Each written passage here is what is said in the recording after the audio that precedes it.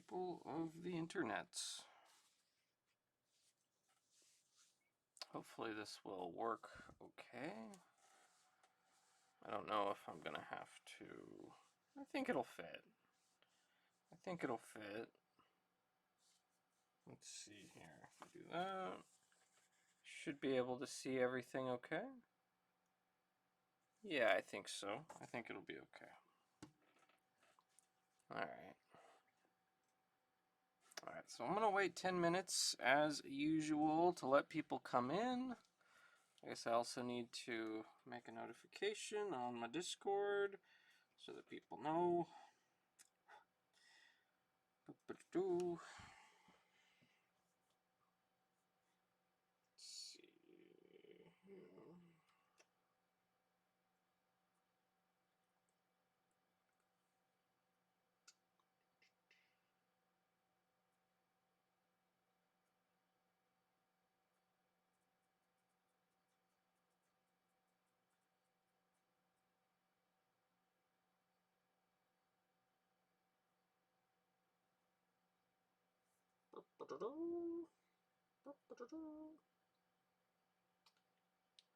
Okay.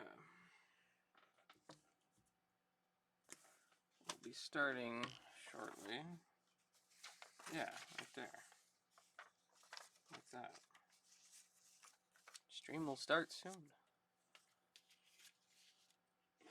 So, I give it about 10 minutes after going live to let people come in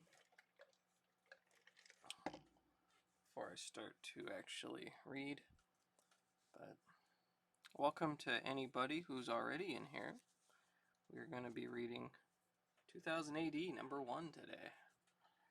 Figured I'd switch things up. Also, I'm starting a bit late, but we'll see what all we can get through today. But should be fine. Been wanting to read some 2000 ADs on here for quite a while. Quite a while.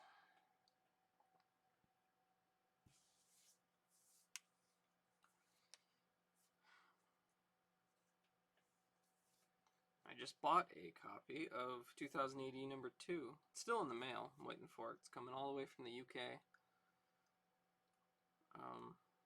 But this is #1. Actually, I have 2 copies of #1. This other copy I have is in much rougher shape. The edges are all messed up. It's got some tears. Neither copy has the free gift, which was the spinner.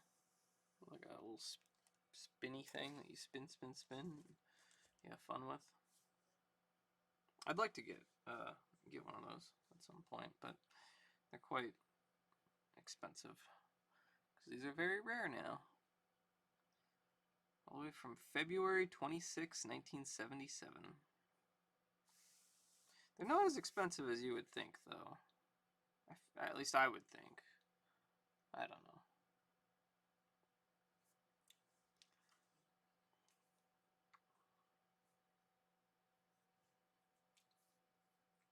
I think I only paid like $100 for this one, which is quite cheap when you are looking at like key issues of Bronze Age era comics, but it's kind of different with the UK stuff. For some reason, there just isn't quite as much of a demand for the old British stuff. I think it's even better. I mean, 2000 AD is my favorite comic magazine of all time. I like it more than Spider-Man, more than X-Men, more than Spawn, more than Conan. It's my favorite. I even think it's a lot better than even a lot of mangas. But anyway, give it about 5 more minutes and then we'll start some reading here.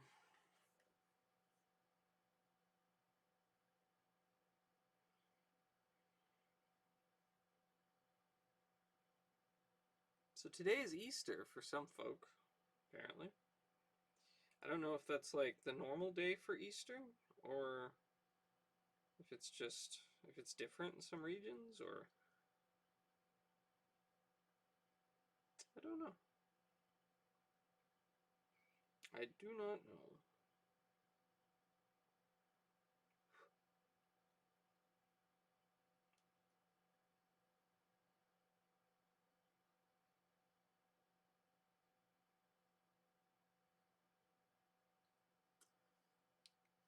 Hey, boy. Hey, thanks for the lurk. I appreciate it. You still live? I was lurking in your thing.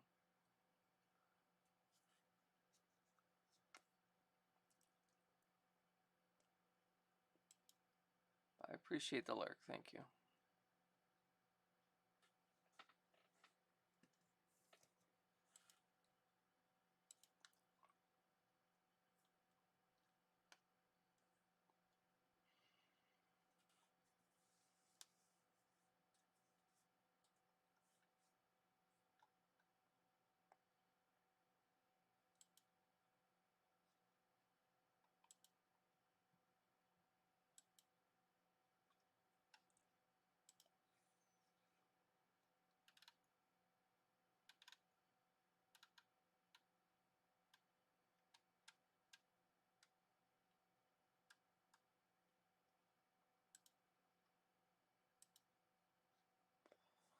Alright, let's see. I have about 3.5 more minutes here.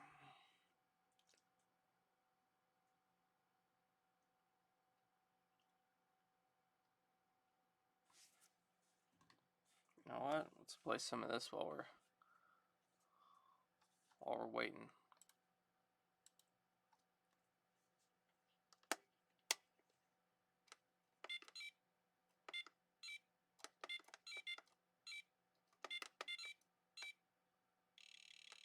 Whew.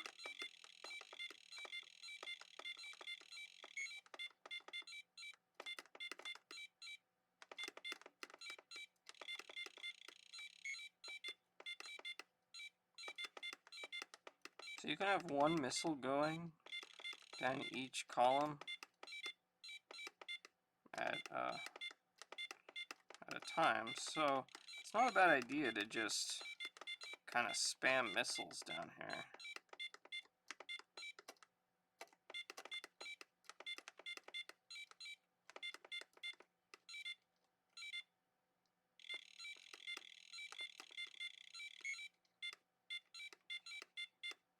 Alright, hey, we're doing pretty well here.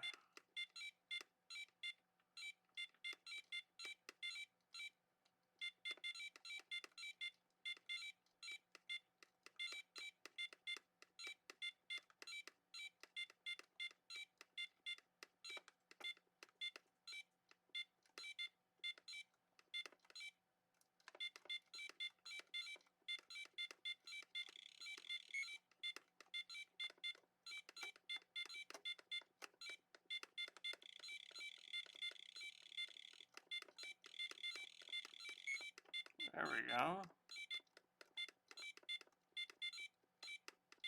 Hey, maybe we can max out our score here. We're halfway there.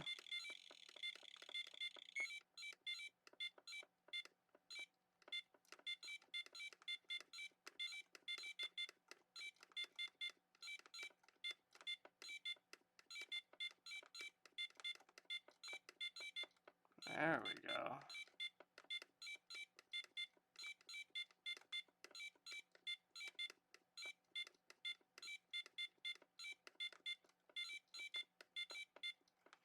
Yeah, this is a pretty good strategy, I guess. Just kind of...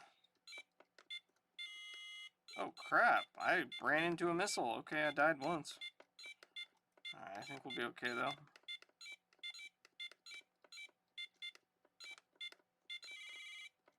Oh, I got an extra life. Nice. Alright, well,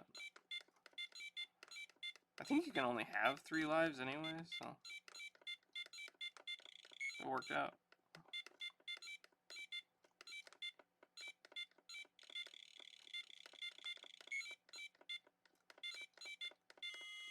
Oh, wait, what happened?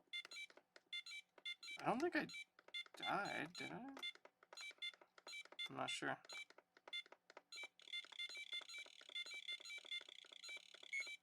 Maybe it's like speeding up or something.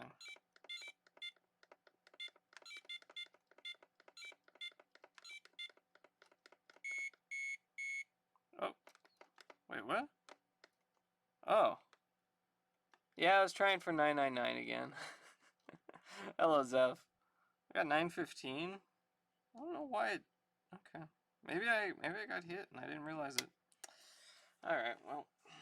Alright, so we're about 10 minutes after, so cool, cool. Okay, let's get started reading. We're going to read some 2000 AD. We're starting off with a little bit of this. This is my favorite comic magazine of all time. Maybe not the specific number one, but 2000 AD is. I love 2000 AD. So let's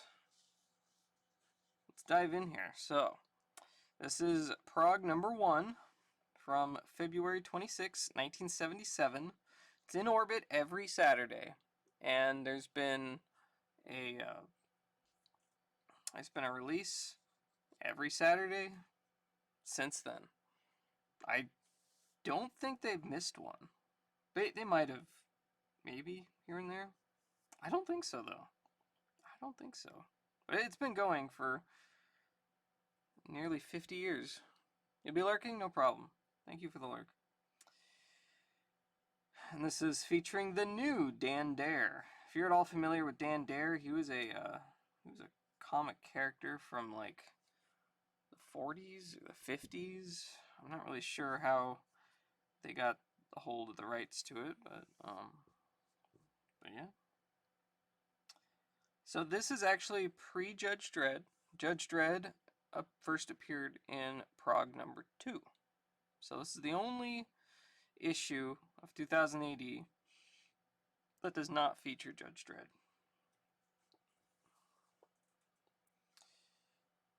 Let's see. So and back in the day, they would come with a free gift or a toy or something. Basically, it cost 8 pence. It was very cheap, and you can see that it's like the entire thing is like newspaper quality. There's no. It's like the interior of one of these. It doesn't have like a nice glossy exterior cover. It's just. It is what it is. They were made fairly cheap. But yeah, they would have often come with like free gifts or something, and this one originally came with a little spinny thing. You spin and it flies up in the air or something like that. Hello, Chaotic. How you doing? How are you today? Let's see. Yeah. No, Prague number 2 came with some stickers that you would stick on your arms or something and make you look like a cyborg or whatever. Kind of neat. 17 grams in mercury, apparently. South Africa, 30 cents. New Zealand, 30 cents. Malaysia, $1. Australia, 30 cents. Rhodesia, 30 cents. Malta, 3 cents. 8 pence Earth money. What's up, Fairy Tale Uncle? Hey, Mage, how you doing? What's up, noobs? Well, what's up is we're going to read some 2000 AD featuring the new Dan Dare, Mach 1, his incredible hyperpower will amaze you, space-age dinosaurs in flesh, and Stop the Press, Great Britain is been invaded. So we'll see about all this. Alright, here we go. Don't know how well it's going to work.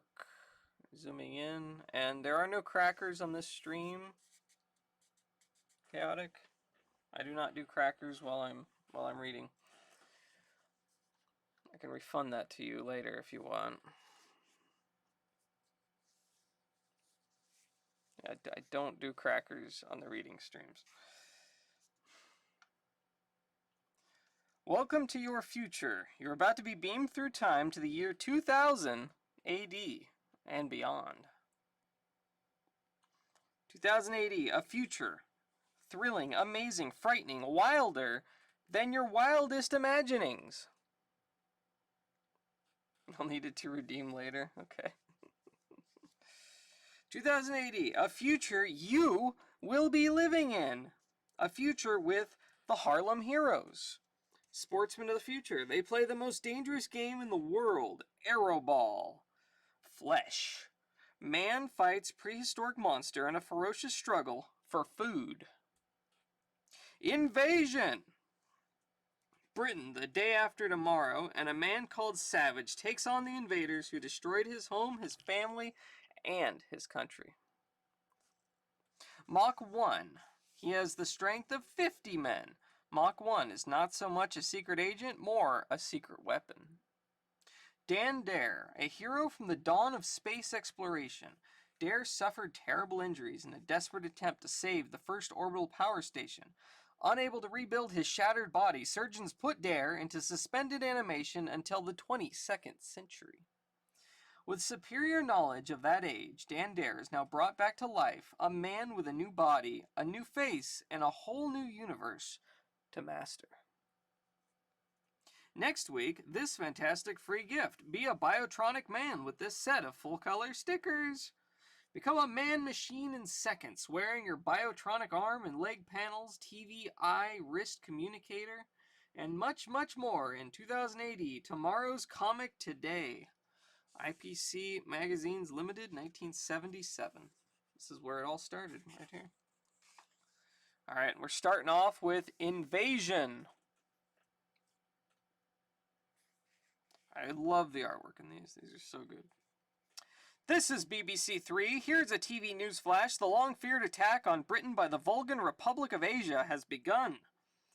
2080 Thrill 1. Invasion. 6 a.m. Friday, January 1st, 1999. Black Friday. The papers screamed a terrifying headline.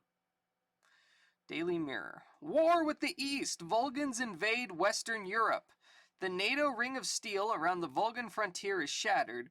Vast invasion forces today smash their way through, rampaging across Europe and slaughtering many thousands of troops and innocent civilians.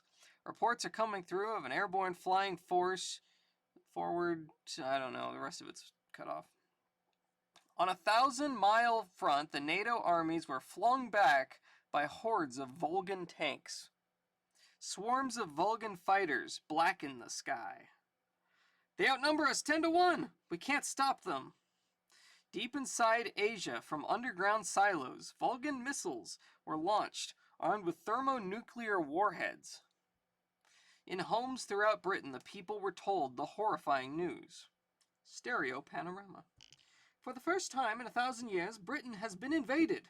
Paratrooper landings have been reported throughout the country, and news is just coming in of a nuclear strike in the Midlands. Whew. It was a 50-megaton bomb that hit the Midlands. That's a big one. It was like the sun had come to Earth. A whole city disappeared in a twisting mushroom cloud of death. At London's Heathrow Airport, there's nowhere to run. The Vulgs are coming down everywhere. If you civilians won't get out of our way, you must die. Ugh! Soon the airport was in Vulcan hands. Then in came their transport planes laden with armored vehicles and men. Follow the M4 expressway signs, Captain. London is only 30 minutes away. In her streets, London fought a raging battle. A losing battle. Oi! You with the bowler! Get under cover, you'll get your flippin' head blown off! 10 a.m., January 1st, 1999. All strategic points in the British Isles were under Vulcan control. Belfast, Aberdeen, Edinburgh, Leeds, Ronda, and London.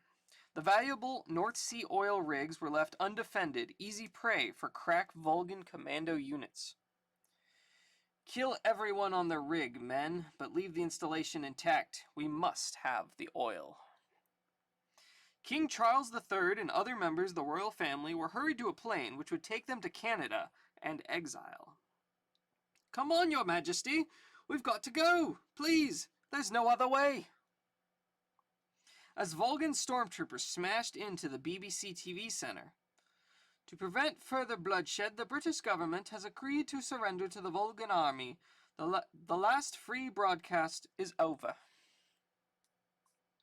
2 p.m., January 1st, 1999. The 8-hour war was at an end. To prevent a global conflict, the United States had no choice but to agree to the Volgan occupation of Britain. Buckingham Palace, forbidden area. Our country faced a future under the yellow skull, the grim Volgan emblem.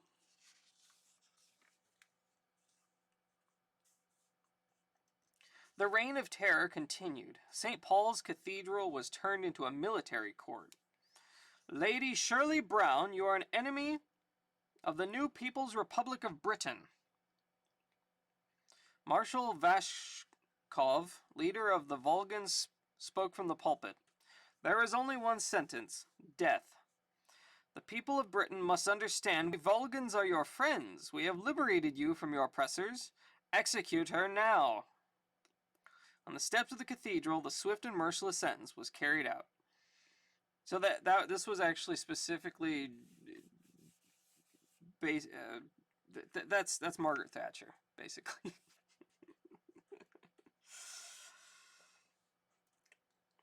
Ordinary people too faced tragedy. In a London street, a lorry driver, Bill Savage, returned home.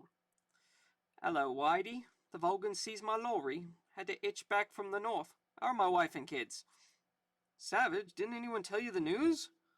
What news? Hey, you're shaking like a leaf, Whitey. Come round my house, mate. Have a cuppa. Curfew at 6 o'clock tonight. You haven't got a house anymore, Savage. A stray shell from a tank blew it apart. Your family were killed instantly. There's nothing left. One thing left. Me shotgun. Hey, calm down, Savage. There was an ominous rumble. Then a Volgan patrol vehicle turned the corner.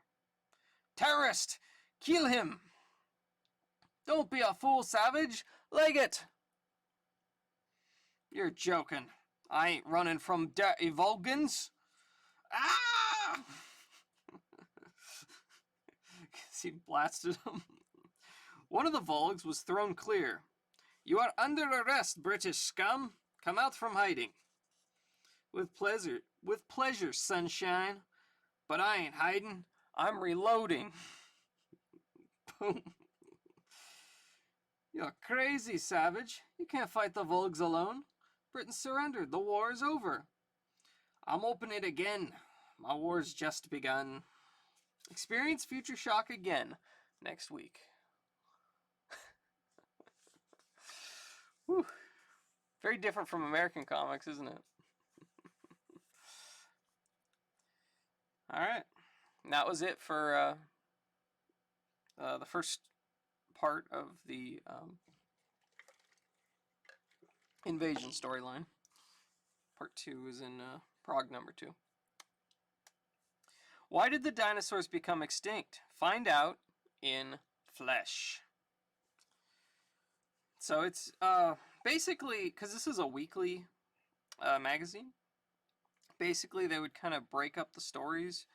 So you'd still get the entire story in a month or so, but it would be in smaller chunks weekly, and you would have a lot more in there as well. So like a month worth of 2000 AD is like, I don't know, like 7 or 8 different stories in all. That's kind of an interesting way to do it. And that's how they're still done. By the 23rd century, most animals had been destroyed, and man survived on synthetic foods alone. But he still craved for real meat. With the discovery of time travel, he was able to go in search of it, back 65 million years to the age of the great dinosaurs. So don't go back and, like, you know, fix all of the issues of humanity and all the problems that we came up with. No, just go back 65 million years and just eat the dinosaurs. Makes a lot of sense, huh? In that age, huge herds of plant-eating dinosaurs like these 10-ton styracosaurs roamed the planet. Future man hunted them for their flesh. Earl Reagan of TransTime Corporation was the boss of the rangers who drove the herds. Keep my herd close together, boys. We've got 1,000 tons of valuable flesh here. This tyrannosaur country. I ain't aiming on losing my herd to those mean devils. Tyrannosaurs. flesh-eating dinosaurs who followed in packs, out of range of the men's blaster guns, eager to get their teeth into any strays.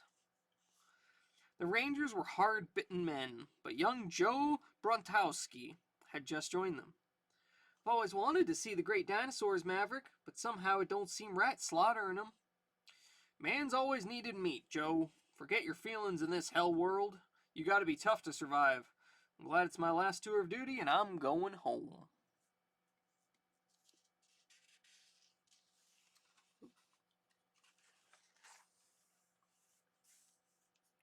That night, Earl Reagan called a halt. Whoa! A fire's lit round the herd, men. Keep your eyes skinned for tyrannosaurs. If any man falls asleep, I'll kick his butt from here to the 23rd century. Later, Joe spoke to Maverick on his communicator. The tyrannosaurs are keeping their distance. They know they'll get blasted. Everything okay in your area, Maverick? Sure, Joe. Not a tyrannosaur in sight. It was a primitive crocodile that slithered out of the swamp, a Phobosuchus over 16 meters long. And it was looking for its supper. What?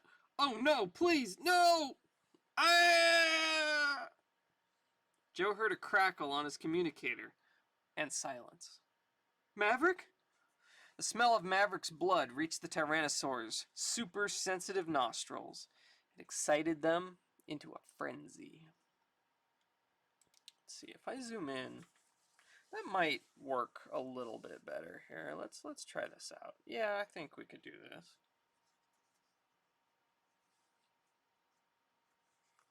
Let me know if you prefer the full 2-page view or if you like it better if I try to zoom it in here. These comics are a little bit bigger than the American ones, so I'm doing things a little differently. Their mouths dripping with drool, they leapt toward the camp, squawking hideously. What happened to my buddy Maverick? His communicator went dead. Hey, Tyrannosaurs! Quick, blast him! Good shooting, Joe. Even without its head, the Tyrannosaur carried on moving with reflex actions for several seconds. You overgrown lizard! Ah! Darn it, they're savaging the herd!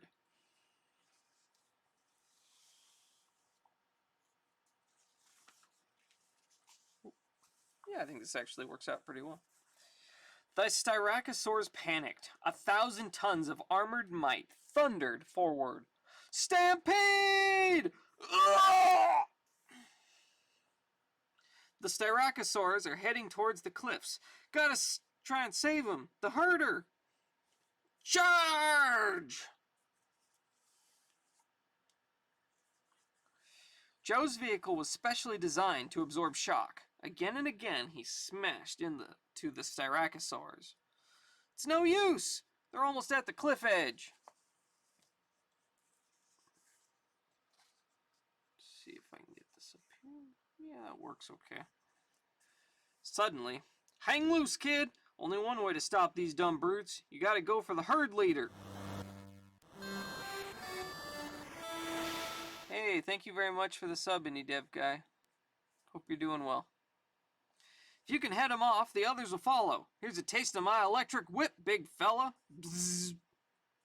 The huge herd leader turned.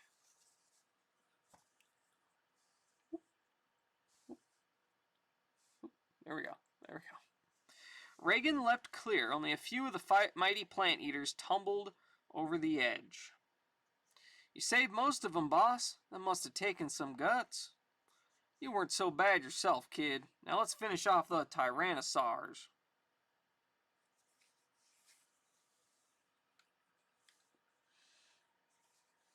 There's the building.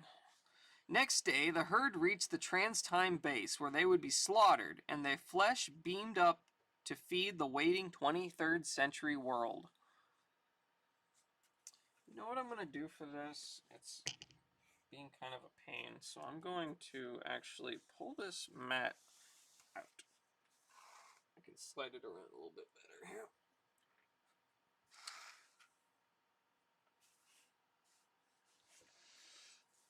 20 Rangers eaten or crushed. 6 Styracosaurs lost.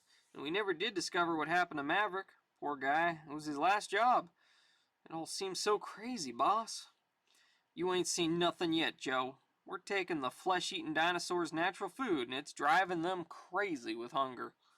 Soon there's gotta be a reckoning. A fight to the death until man or monster become extinct. But I tell you this, nobody makes Earl Reagan extinct. Story programmed for maximum excitement. Next episode.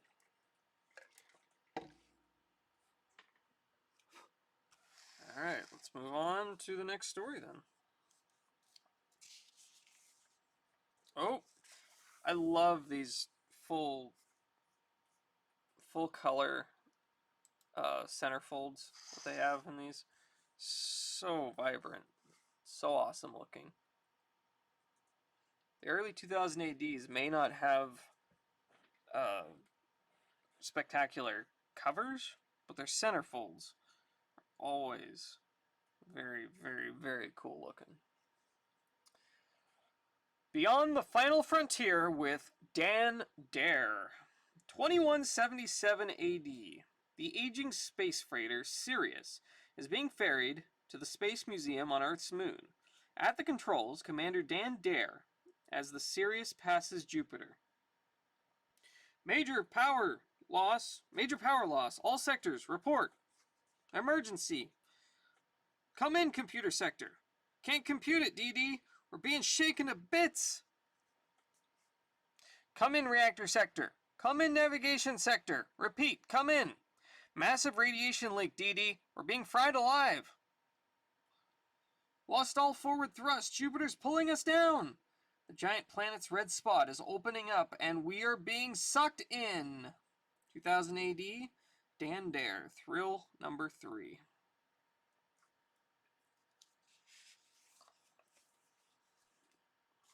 Alright, so we got this nice full page here. I'll zoom in on the next one, but I love these full page panels. Commander DeCruz, suit up and into the rocket escape craft. It's your only chance. Hurry, she's breaking up. As the crew scrambled to escape, there was a screech of rending metal, and the Sirius was ripped apart. A strange force dragged them down to an unknown and horrifying end. Alright,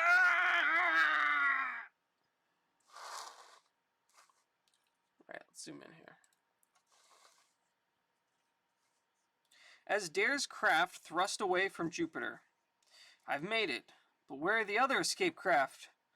My God, I'm the only survivor. But I can see something down there. Something in the red spot. Something alien.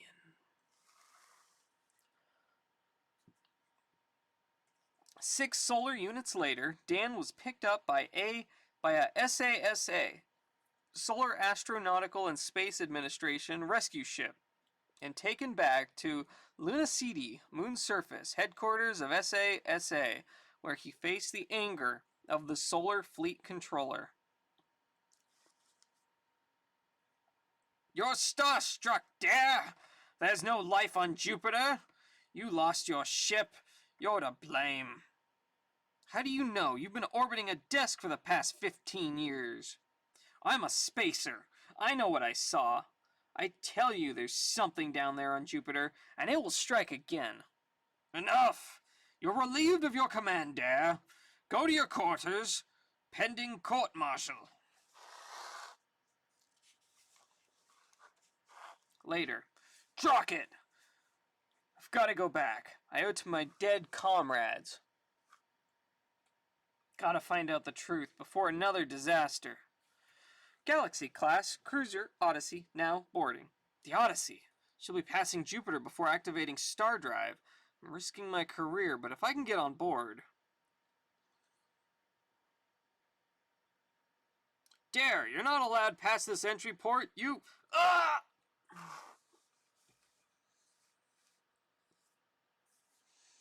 Do not pass. GCC Odyssey Manning Point 6. Countdown on finals. Another guard leapt forward, but... Sorry, guardsman. It's a punch on the head for you, but thousands of spacers' lives may depend on my being on the Odyssey. focus? Okay. Hardly was Dare aboard when the huge cruiser lifted off. Dare's stowed away on the Odyssey. What? He'll eat vacuum for this. Dare's a dead man. More thrill power follows. Get program number 2. Alright. And here is the actual first ever appearance of Judge Dredd. Right here. I mean, technically, it's in prog number 2 because that's the first Judge Dredd story. But this is the first appearance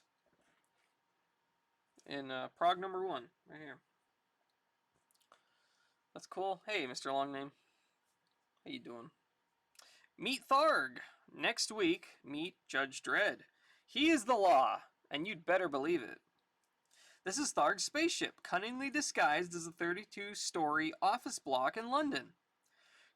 Galactic greetings, Earthlets. From the heart of the galaxy, I, Tharg, have journeyed many light years to bring you 2000 AD, your planet's first comic of the future.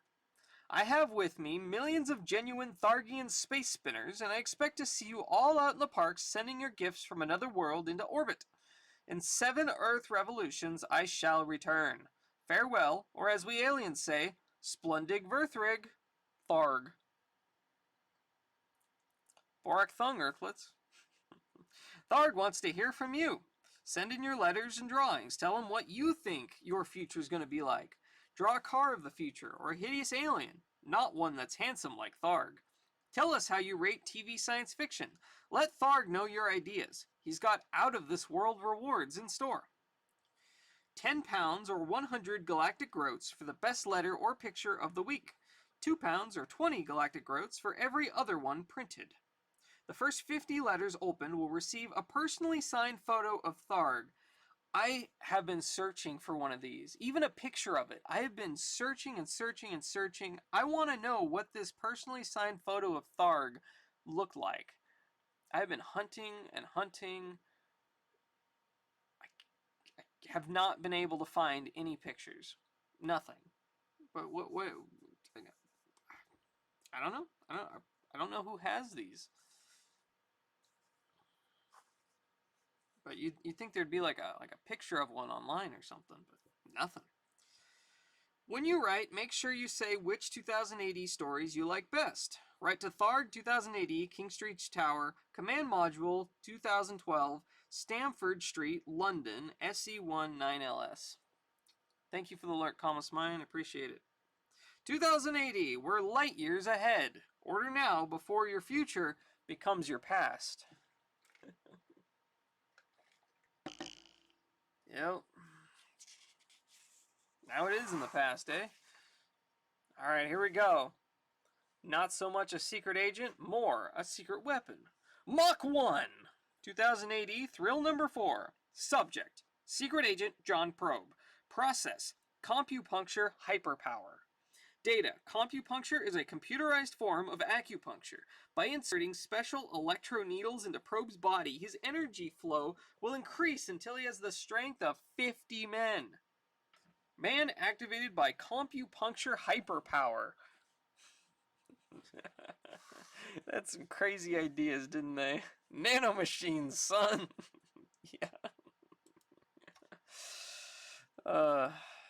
Here we go. Hold on, I think I need to sneeze. Alright.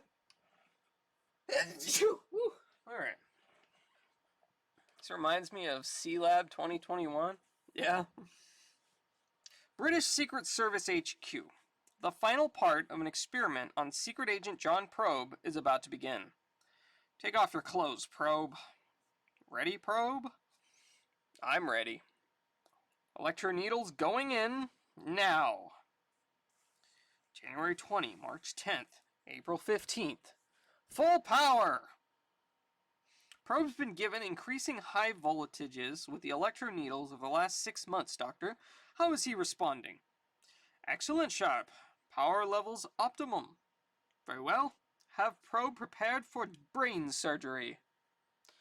Brain surgery? Oh boy. What are they going to do to him?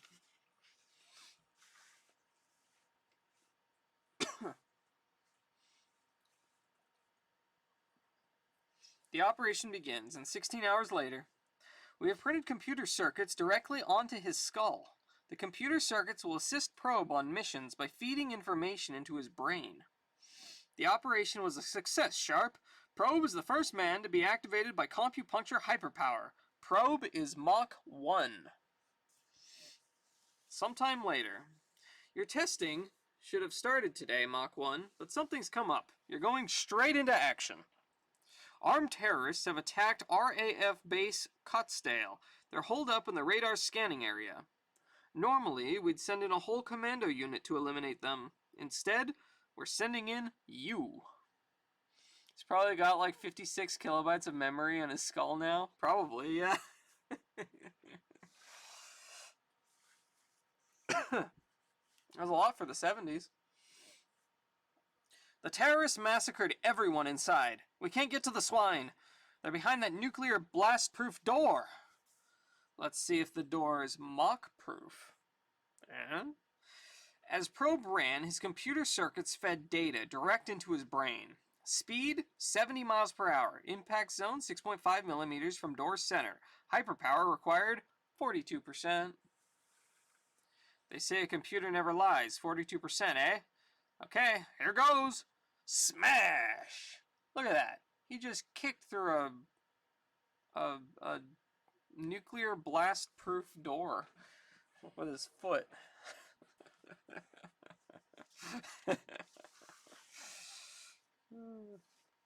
Conclusion. Success. Focus. Come on.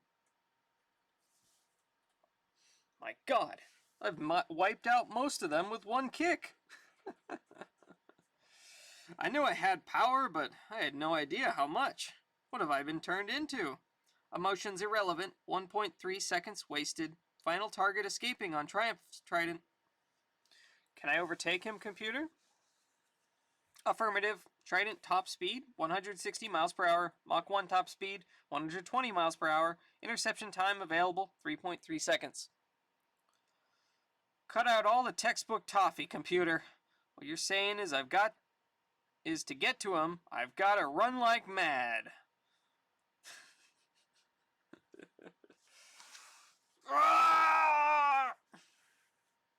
As an ambulance sped to the scene, target injuries, multiple fractures, severed arteries, vital organs, damaged, conclusion, death imminent, Mach 1 injuries, minor bruising. In other words, my mission has been successful. That's where you're wrong, scum. You really fell for our trick. The attack was merely a diversion. If you want to see our real objective, look up. A Vulcan bomber is carrying a deadly cargo of nerve gas, and other members of my group have hijacked it. Even you are powerless to stop them from destroying London. Next episode, high risk factor at optimum. Ooh. They like their cliffhangers, eh? Alright, so here is, I think, the final story of this prog. This is Aeroball, the Sport of Tomorrow, starring the Harlem Heroes. Ray! 7th airstrike in a row to the Harlem Heroes. Giant, the team's captain, has done it again. Just to remind you, folks, this is the preliminary round of the World Aeroball Championship between the Harlem Heroes and the Greek City Gladiators. The Gladiators are trailing by 7 airstrikes to 2. 2000 AD, Harlem Heroes, thrill number 5. Zoom in here. By the year 2050, the game of Aeroball has swept the world. It's football, boxing, kung fu, and basketball all rolled into one. That's a hell of a sport. Players roar through the air wearing jetpacks controlled by buttons on their belts and score airstrikes by getting the ball in the score tank. One of the top teams is the all-black Harlem Heroes. Thrill Bowl. Ball launcher raised from under stadium. That's ball launchers right there. Score tank. These are score tanks right there. We have the scoreboard right there. There's recoil surfaces. 4 and 4 right there. Umpire is number 5. That is right there. Pits. Pits down here. And TV cameras are up in the corners. As the gas-filled steel ball was relaunched into play, you take the ball, Harry. Let's score another airstrike. Right on, Giant. You heroes ain't gonna be winning for long. That ball's mine. Harry, the hero center blocker, reached the ball first. No way! A perfect 80 miles per hour kung fu drop kick from Harry. He's punched the ball out to Lewis. Lewis has kicked it down to Slim. Ugh!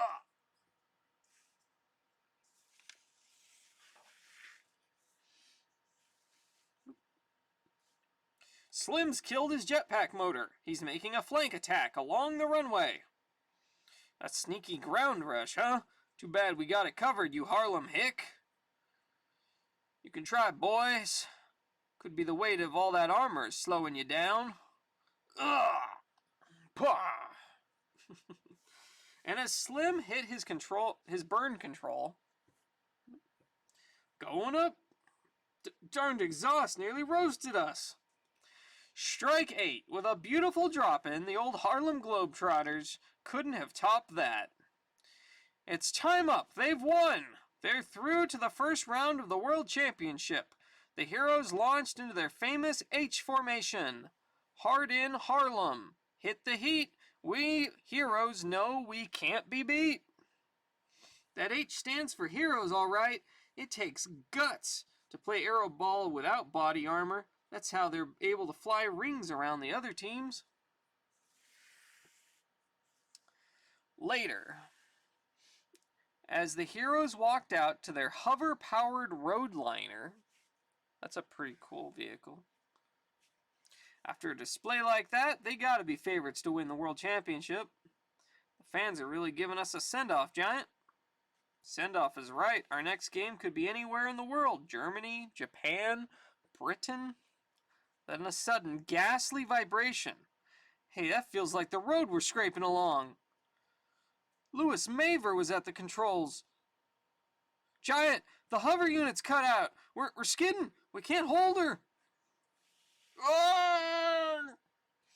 It was a stunned world that received news of the disaster. Harlem heroes perish in death crash. Only 4 survivors. Later, when 3 of the survivors, Giant, Slim, and Harry, had recovered, all our teammates dead. Can hardly believe it. Lewis was the only other survivor, and I hear he's in a pretty bad way. Quiet, please. Special ward. I'm afraid so, boys. This way, but prepare yourselves for a shock.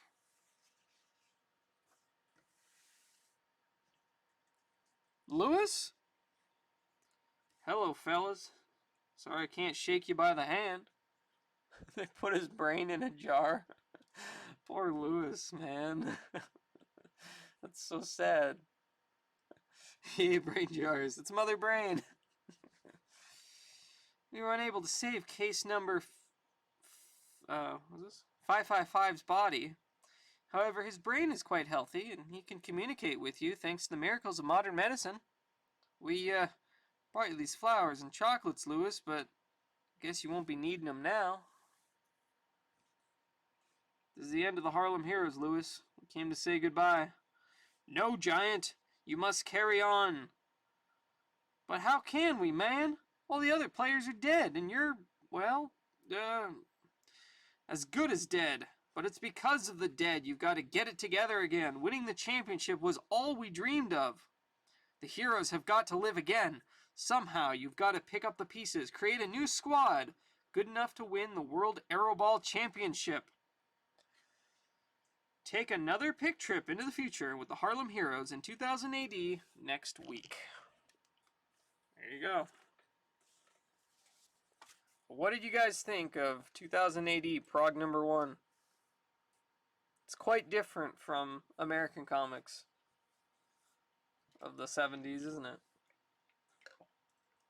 I really feel like the British comics were way ahead of the American stuff, which Honestly, you know how people complain that DC is like, and Batman is like super dark and grim now?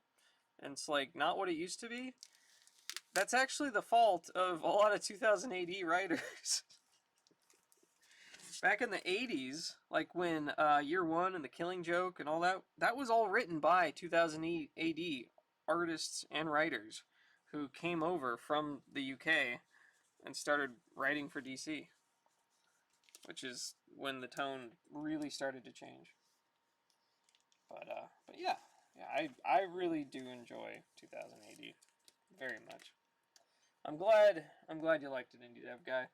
Hopefully, my copy of Prog number 2 will be here by next week, and maybe I can fit in one of those. But yeah, that was Prog number 1, the very first 2000 AD. And if Prog number 2 gets here in time, we'll be able to read the first Judge Dredd, which is my favorite comic series of all time. I love Judge Dredd very much. Alright, let's move on. Let's get back to same year, actually, 1977. Also 77. We're just right here, right close in line. We're living it up like a kid in the 70s. So let's get to some Star Wars here. It's very different. Probably feels a little bit jarring coming off of that, but it's all right. So Star Wars number 13. At last, beyond the movie, beyond the galaxy. Master Luke, this time we don't dare let the Wookiee win. I love that. That's great. What a cover. This time we don't dare let the Wookiee win. Is that Chewbacca just going nuts on him? Friend against friend on a star-lost world. Deadly reunion. Alright. Man, these American comics feel so small by comparison. They're so tiny. Free booklet. See your muscles grow day by day. Take your choice. Also, that 2000 AD prog didn't have any ads. Not a single ad, except for advertising the next prog. It's kind of neat. They do add some ads. Add some ads. They do put some ads in there later on, but it's still quite minimal. Alright. I'm not going to focus too much on the ads, because we've already read most of these ads anyway. If there's like a new ad that we haven't seen yet, I'll read it. If it looks interesting. But long ago in a galaxy far, far away, there exists a state of cosmic civil war. A brave alliance of underground freedom fighters has challenged the tyranny and oppression of the awesome galactic empire. This is their story. Continuing the saga begun in the film by George Lucas, released by 20th Century Fox. Day of the Dragon Lords. The ship is as big as a city. It endlessly sails the vast ocean that is the surface of this unnamed planet in the Drexel system. A scouting mission for the Rebel Alliance has brought Luke Skywalker here. A mysterious accident has trapped him, and now only his wits are keeping him alive. Ship's policy, my young friend, is to slay all off-worlders and to cannibalize all metal and machinery. And my job, Skywalker, is to enforce that policy. Archie Goodwin, writer-editor, Carmine Infantino, and Terry Austin, artists Rick Parker, letterer Janice Cohen, colorist Jim Shooter, consulting editor.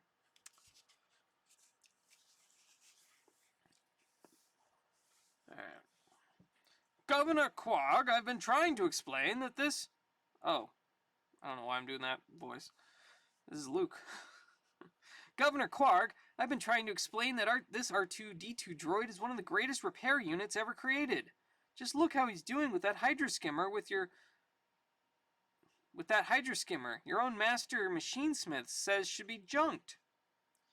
Impressive, Skywalker, and for me to override ship's policy, this demonstration had best continue that way.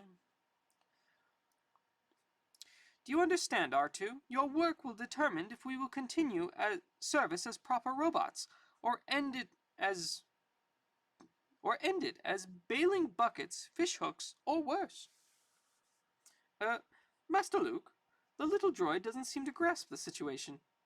He claims, except for assemblage, to be finished, but obviously several days, a week perhaps, will be needed to... I want that skimmer slapped together and in the water for a test immediately. And much sooner than C-3PO would prefer, the hastily repaired Seacraft bobs in the waves off the sprawling city ship's stern, with Luke at its helm. We're at war with the Dragon Lord, Skywalker. If you and these droids can make a worthless skimmer combat-ready, your futures are secure. The float on the horizon is your target. Sink it, and I'll be quite satisfied. Sounds easy, but mechanics and maintenance sure aren't these people's strong point. I could tell by the way their skimmers performed while battling those sea dragons in the last issue. Let's hope this overnight water wagon isn't too far gone for R2's repairs to hold up. But whatever problems await, starting isn't one of them. Well, at least you got that much right, R2. But frankly, I feel your resetting of the laser cannon feed system was done far too swiftly, and... Name beep, wee, boop, beep, beep. Name calling does not make it any less true. That float is a solid mass of logs. Fully functioning lasers could still slice them like butter. But these cannons obviously haven't been fully functioning for years. R2's repairs will help, but it's going to take some Beggar's Canyon-style sharpshooting to get the job done. I'll circle once to pick out the key stress points, then you'll be dead, boy! Holy crap, who is this guy? And I won't have to worry about some bare-faced off-worlder and a couple of mechanicals replacing me as master machinesmith. Corded muscles tight and against Luke's throat, cutting off air, the flow of blood. Can't stop him. He's too big, too strong. I've had it, unless... The one-time moisture farmer, now Star Warrior, kicks out at the skimmer's controls and misses. Luke's vision blurs, his mind reels, he desperately kicks again. He connects with the switch for the braking jets. For the forward-speeding skimmer, it's like hitting a wall. Luke is prepared for the result. The master machinesmith isn't.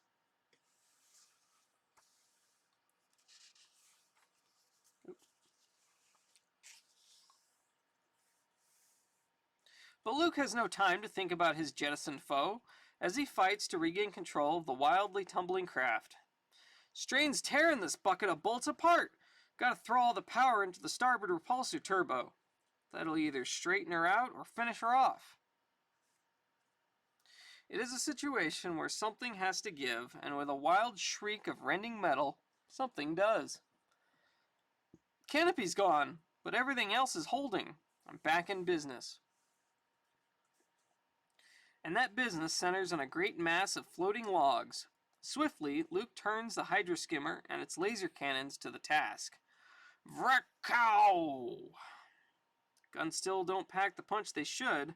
Wouldn't want to go up against Imperial stormtroopers with them. But considering what he had to work with, R2 did just fine.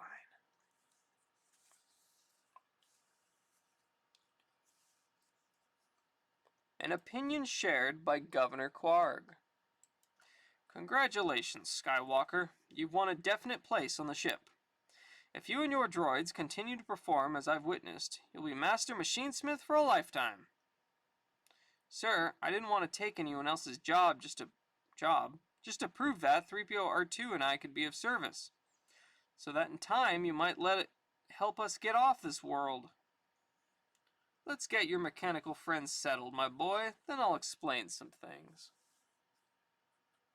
And soon, in one of the sprawling ship's many chambers, yes, we're long due for a lubrication bath, R2. Though I must admit, this particular lubricant does strangely affect my olfactory sensors. No reason why it should, robot. That oil is extracted from the finest fish on this planet. No doubt the smell is an acquired perception, sir. In time, I'll... Here. What are you doing, you repulsive little creature? Away. Shoo. Scat. It's a lizard. They like fish. Harmless nuisances. But they swarm over our vessel like barnacles. There's much about shipboard life for you and your companions to learn, Skywalker. Let's start with certain basics. Come up on deck. Wow, free bikes, burgers, and candy bars. A 50,000 prizes a month giveaway. Burger King? What? Each month you could win one of 30 Super Ross bicycles, 25,000 Burger King gift certificates, or 25,000 Nabisco candy bars. That's actually 50,030 prizes a month. Alright, that's a lot of burgers. Star-Lord is back! Different Star-Lord than 2000 AD.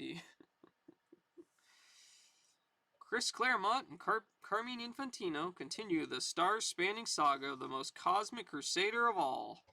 Don't miss Marvel Preview number 14, on sale soon.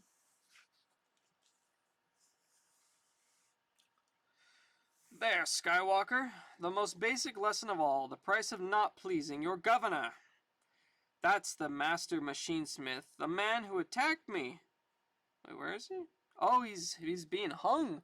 He got hung up there. He's in front of the moon. He's dead.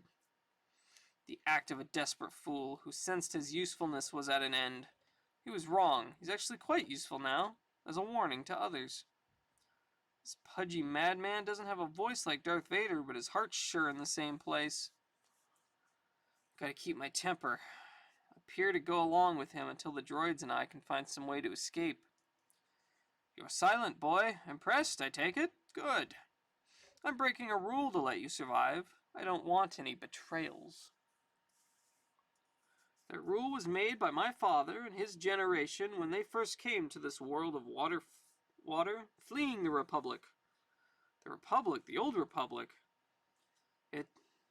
It's just a memory, now replaced by the Empire.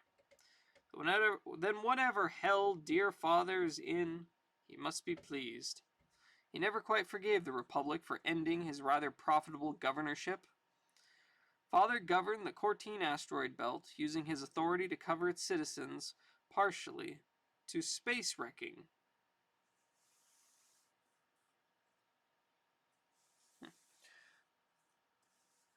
The belt's denizens, supposedly miners, use sonic jamming devices to disrupt starship drives and send the helpless crafts crashing into the asteroids, where they could be stripped of all cargo. Naturally, my father shared in each wreck's profits.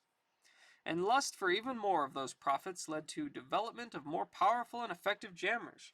But the influx of special equipment and technicians needed to accomplish this in time attracted other interests, from the Republic and from its Jedi Knights. Wow, we're getting some, like, Old Republic flashback stuff here. Like, way, way, way back in, like, the 70s. It's wild. Father and a band of followers escaped, if tumbling out of warp in a laser-blasted spacecraft, limping into the Drexel system can properly be called escape. And like it or not, they had to make this ocean-smothered planet their home. The prospect was not so bleak as it first appeared. There were undersea forests, shell and coral for construction, materials, plant, fish, and reptile life for food. Only metal, vital to maintenance of equipment and weapons, was missing.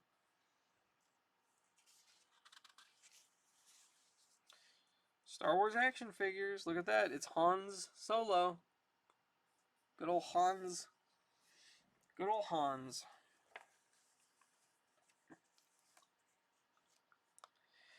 But wreckers that they were, my father and those original settlers managed to acquire even that, though never in sufficient quantity, and for us metal remains more precious than gems. Even so, around the remnants of their original spacecraft, this ship grew and thrived. Except for two factors, mounting attacks from the great sea dragons, and a revolt by the ship's technicians. They claimed wrecker policies, were somehow causing the dragon's attacks. My father squashed the uprising, but in the most foolish move of his life, failed to kill the ringleaders. Stupidly, he set them adrift, intending that they perish slowly on the endless sea. Instead, they survived to become our deadliest enemy, the Dragon Lords. For the Technos had discovered that sound waves affect the great monsters, and with a device they call a sonic staff, they seemingly control the creatures. Wonder if they didn't get the rights to Han and Leia? Princess Organa and Hans. I don't know. That is funny. And direct them at us. So let's have no talk of leaving the planet, Skywalker. I need you and your droids for my war. A war to win final control of this world once and for all. A war... Governor Quag! Governor Quag! The tracking crew reports something big is on the way. Bigger than we've ever encountered, Your Honor. Is it the Millennium Falcon? Or, no. No, it's gonna be the Star Destroyer. That's right, because that's inside the Millennium Falcon. Hey, Magnum Force, how you doing? We just read 2080 #1. The first ever prog, 1977. And now we're reading Star Wars. I'm doing well. Let's see, is it? Yep. Looks like. Reaching the tracking crew involves a descent to the ship's lowest level, and another revelation for Luke. This is a spacecraft section from the ship that brought your father here. And this equipment is all part of the most powerful sonic jammer Father's wrecking profits could buy. He managed to escape with it from the asteroid belt. We've been putting it to good use ever since. You're still wreckers! This is how my ship was brought down. Yours and all the others that stray into the Drexel system. Perhaps not this time, sir. The thing that we're getting early readings on could be as big as we are. Then we'll salvage enough metal to last a lifetime, fool. Strike the moment it's in range. I only know of one craft that large. An Imperial cruiser. It's an interesting shape for the Star Destroyer. It's very rounded. Strange. But what would bring an Empire warship into an out-of-the-way system like this? Answer: greed. The greed of a red-bearded space pirate named Crimson Jack, who long ago liberated this cruiser from Imperial hands, as explained in detail last issue. Starship is looking like a pizza slice. It sure is. Also welcome in Pulsa Unca Tekla. Pulsa Una Tekla. There you go. Welcome in. Hope you're doing well. And who now suspects that his greed has allowed a certain Corellian smuggler to somehow play him for a fool? A water world? The Rebel Alliance couldn't possibly have their treasury there, Solo. Relax your trigger finger, Jack. I'm gonna prove how wrong you are. Stop the presses! It's the famous Clark Bar. Superhero sweepstakes. Bam! Look at that. It's just a whole full page. No info about it or anything. Oh, here we go. Here we go. You could win a trip to Gotham and appear in a superhero comic book. Okay, all you characters out there, here's your big chance to be a real character, comic book style. You don't have to buy anything or do anything except to mail us the famous Clark Bar Superhero Sweepstakes entry with your name and address. To find out what could be in it for you, just read on. First prize. If you are lucky enough to win the first prize, Clark will fly you and your family, limit of 4 people, to New York and back. You'll stay for 3 days and 2 nights, all expenses paid. We'll take you on a tour of the Marvel Comics office, so an artist can draw you into an upcoming issue of your favorite Marvel comic. How cool is that? Wait, isn't Gotham DC, but those are Marvel characters? Yes, you were right. I always wonder who won these things. Me too, yeah. I always wonder that. We were going to end it with a big chowabunga and a palm to the cam. Bam. So an artist can draw you into an upcoming issue of your favorite Marvel comic book. You'll be part of the action, right along with one of Marvel's famous superheroes. You'll have plenty of free time in Gotham, too. Okay. For seeing the Statue of Liberty, or taking boat rides, or just looking up at tall buildings a lot and saying, wow. And when your comic book adventure is published, we'll send you 15 copies to your family and friends. They'll be proud to know a famous person like you. A full paid trip with your own character art drawn? That is awesome. That is really awesome. Yeah, that would be really, really cool.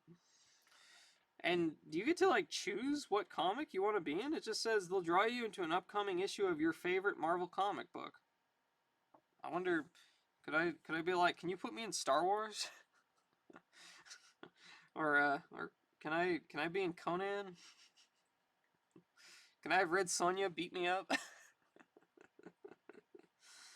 If you're one of the 22nd prize winners, you'll get your own famous superhero watch. Pick Batman, Wonder Woman, Superman, Spider-Man, or if your taste runs to supervillains instead, the Joker.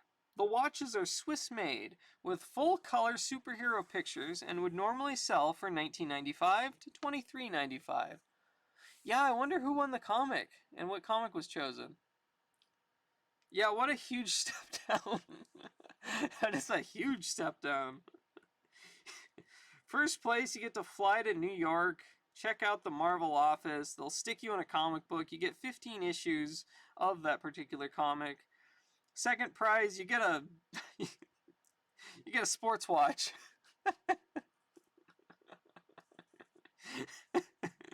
Third prize, if you're one of the 100 third prize winners, we'll send you a year's subscription to your favorite DC or a Marvel comic book. The Incredible Hulk, Miss Marvel, Green Lantern, Thor, Justice Society, Captain America, Red Sonja, Plastic Man, Wonder Woman, you name it. Even Little Lulu. Even Little Lulu. The third prize sounds better than the second prize. Second prize is here's a watch. Third prize is we'll give you a year's subscription to your favorite comic book. Second prize sucks. So find yourself a pen or pencil, fill in the entry blank, please print, and mail your entry to us before November 1st, 1978. It could make you as famous as the famous Clark bars. Be a winner all year long with wrappers from famous Clark bars. Okay, what you just read about was a contest. This isn't. Where were we? What this is a terrific way to get famous superhero premiums anytime you want them. By collecting wrappers from any of the famous Clark and Holloway products, Clark Crispy, Zagnut, Crunchy, Light, Peanut Butter Log, Milk Duds, Slowpoke, or Black Cow. Here's what you can get. The order blank is on the next page. Zing Wings, Plastic Flying Saucer, Batman, Superman, or Spider-Man, each $1.75 plus 2 wrappers. Batman, Wonder Woman, flashlights. Superman, Batman, Robin. Wonder Woman includes penlight battery, each $1.25 plus 2 wrappers. Super stickers. Get 4 sheets of pressure-sensitive stickers in all sizes. Just peel off the backing and stick them anywhere. $2.95 plus 6 wrappers. Super kite. Look up in the sky. It's Spider-Man in full color on a lightweight vinyl kite. $2.50 plus 6 wrappers. Wow. That's a really cool contest. Oh, there's more. Peanut butter logs. I've released some of those. Oh. Ooh. I guess you should wrap them and sell them.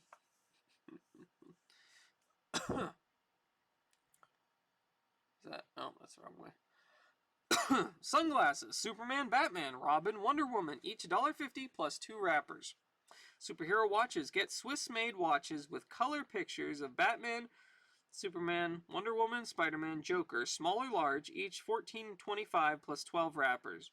Isn't that the things that they're giving out for second prize? You can just buy them. There's the damn second place watches. Yeah, that's them.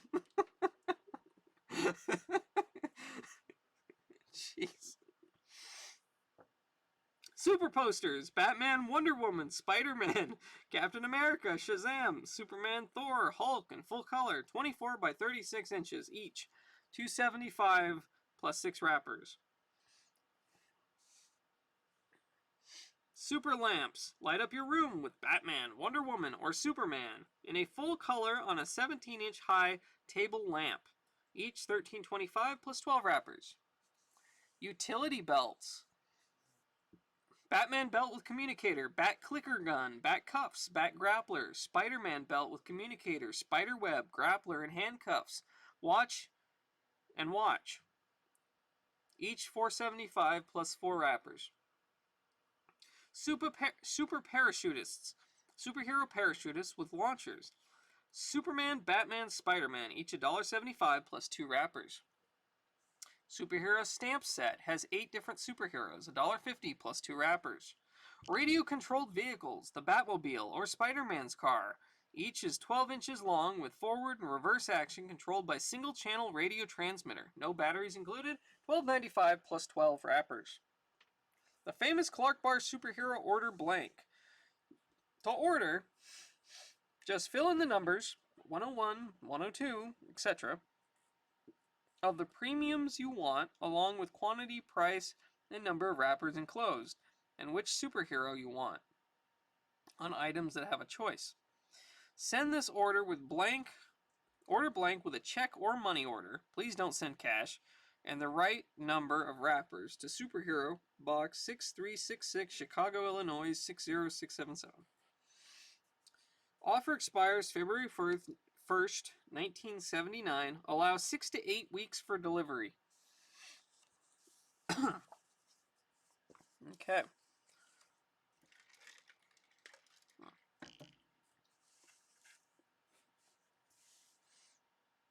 Alright. There we go. Just as soon as your little helper Jolly brings Princess Leia here to the bridge, which buys me about 3 more minutes to think of something, if Jack doesn't run out of patience before then. Meanwhile, on a lift coming up from the massive ship's detention level, I think that high and mighty Han Solo's about to learn all his charm and smooth talk won't help him much longer. Jolly, have you even considered that sometimes when we seem to hate someone, it's to hide the fact that we're really attracted to them? Where is this coming from, Leia? What? The only thing I'm considering is using this blaster if you keep talking like that. Now move! Captain Jack doesn't... Hey-o, Captain Jack! Doesn't want to orbit some ball of water forever waiting around. We're in orbit? Then he shouldn't have to wait for long. And even as Princess Leia is speaking, Captain, now that the planet's rotated more, the scanners are picking up something besides water. Seems to be an island, or... Takes a big man to admit he's wrong, Jack, but I bet you can do it. Shut up, Solo. I want to hear more about... Bring me back to the railroad track? Yeah. Hey, yo, Captain Jack. But what Crimson Jack hears next is the sound of chaos as something grabs his ship and shakes it. We're losing power! All systems failing, including artificial gravity! Man, look at Chewbacca here. He looks weird. Look at him. Look at this. Look at this. Can we focus? Can we focus?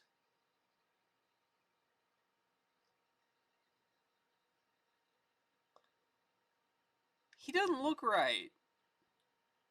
Something about him just doesn't look right.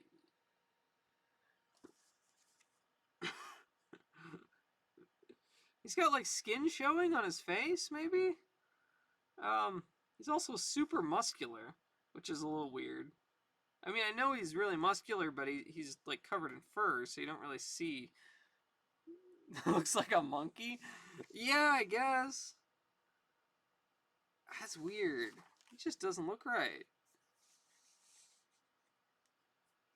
Howard Chaykin would have drawn him better. Carmine Infantino doesn't know what the hell a Wookiee is. Oh wow, this looks like it was cut like really off. This page, it's like really close to the edge. And a little big gap there. Emergency power cuts in, and the huge cruiser begins to fight the force attacking it. Jack and his lads are going to be pretty busy, Chewie. I suggest we get out of their way. As far as the Millennium Falcon can take us. The princess? Yeah, I suppose we'll have to pull her feathers out of the fire as usual. Let's hope this weird attack hasn't left her wandering in hysterics.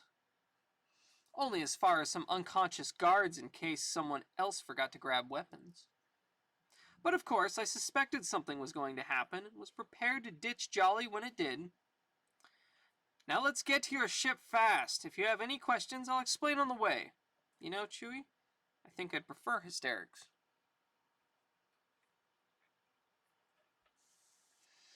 But what Han Solo gets as the trio reaches the vessel's hold is a pitched battle. Most of the pirates are fighting to save the cruiser. We'll be fine once this bunch is out of the way. Great. I was beginning to think we might be in trouble. And despite the Corellian captain's concern, the firefight ultimately ends, with the Millennium Falcon soaring free. Princess, every instinct in my smuggler's soul is screaming, get while the getting's good. But if you've got a reason to believe that whatever is zapping Zack's ship also nailed Luke Skywalker while he was scouting this water ball below, I'll go along with checking it out. I'll go, but I won't like it. Others are finding things they don't like. Others, such as Governor Quarg. Why isn't that ship down by now, you worthless incompetence? Why isn't it down? Your Honor, it's too big, too powerful. The jammer can't... Don't tell me that. You're doing something wrong. Are you in sympathy with your fellow Technos? Those traitors who became the Dragon Lords?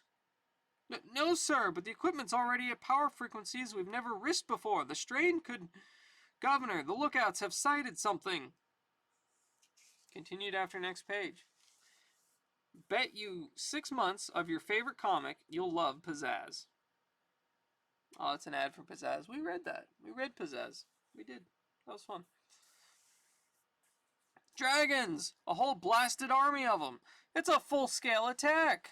What timing? What timing, eh? Get every Hydra skimmer that can float into the water below.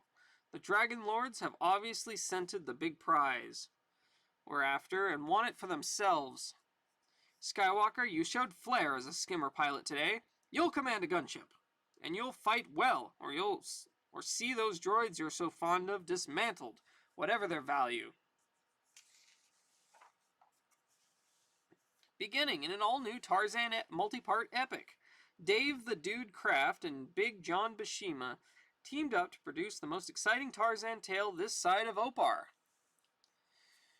You must not miss the next adventure-filled issue of Edgar Rice Burroughs' Tarzan, Lord of the Jungle, the world's most famous fantasy hero. Meanwhile, on a planet not too far away, John Carter, Warlord of Mars. The action never stops. That's a rude dude. Yeah. It is a rude dude. Last chance to subscribe at old prices. Now get 6 titles for the price of 5. Subscribe to 5 Marvel Mags and receive the 6th title free. And remember, all titles are mailed flat. Satisfy your meat tooth. For those times when you get craving for something to really sink your teeth into, sink them into Slim Jim Meat Snacks, the chewy all-meat sticks that come in mild, spicy pizza, bacon, pepperoni, and salami.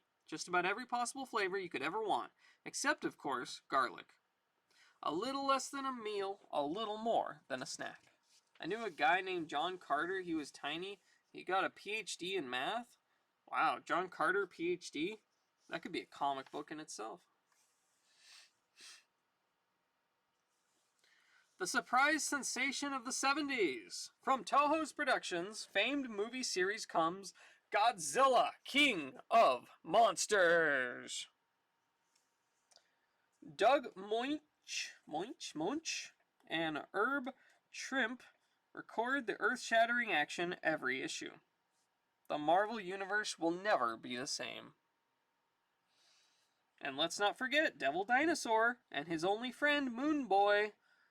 Jack the King Kirby does it again, and nobody does it better. Both on sale now. And soon, Luke finds himself in the midst of a battle he does not want to fight. These creatures are frenzied, like the one who attacked us when we first crashed here, back in Star Wars number 11.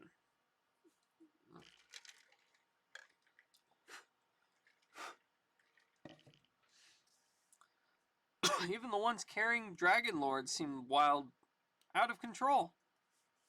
Like it or not, I have no choice but to fight back, or else. Hey, something's making them turn. What? Han Solo, what have you done? Princess, I think we've just interrupted somebody's war. Even you should be able to make a better landing than that. Stop revving your reactors, Your Royal Highness. I didn't have much choice. We're near the source of the beam locked in on Crimson Jack's cruiser. There's enough throw out from it down here to affect our drive too. Not to worry, the Falcon can float forever until that force stops, we won't be flying anywhere. The Falcon's a boat now. Alright. Before the fighting picks up again, let's show the guys in boats we're friendly. They look easier to talk with than those oversized sea snakes. But appearances on this water world are deceiving.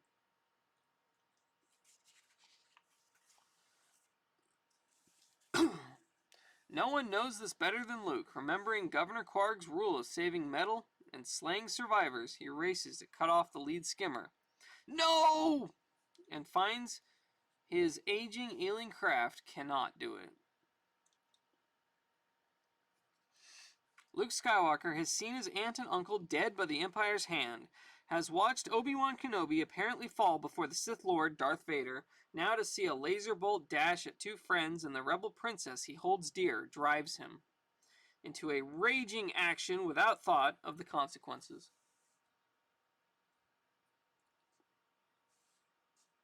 Slamming through the wreckage of the skimmer he's destroyed, Luke nears the Falcon. I saw someone fall over here. Leia? Han? Chewbacca! Wookiees are not sophisticated. Someone in a skimmer tried to kill him, so anyone in a skimmer is suspect.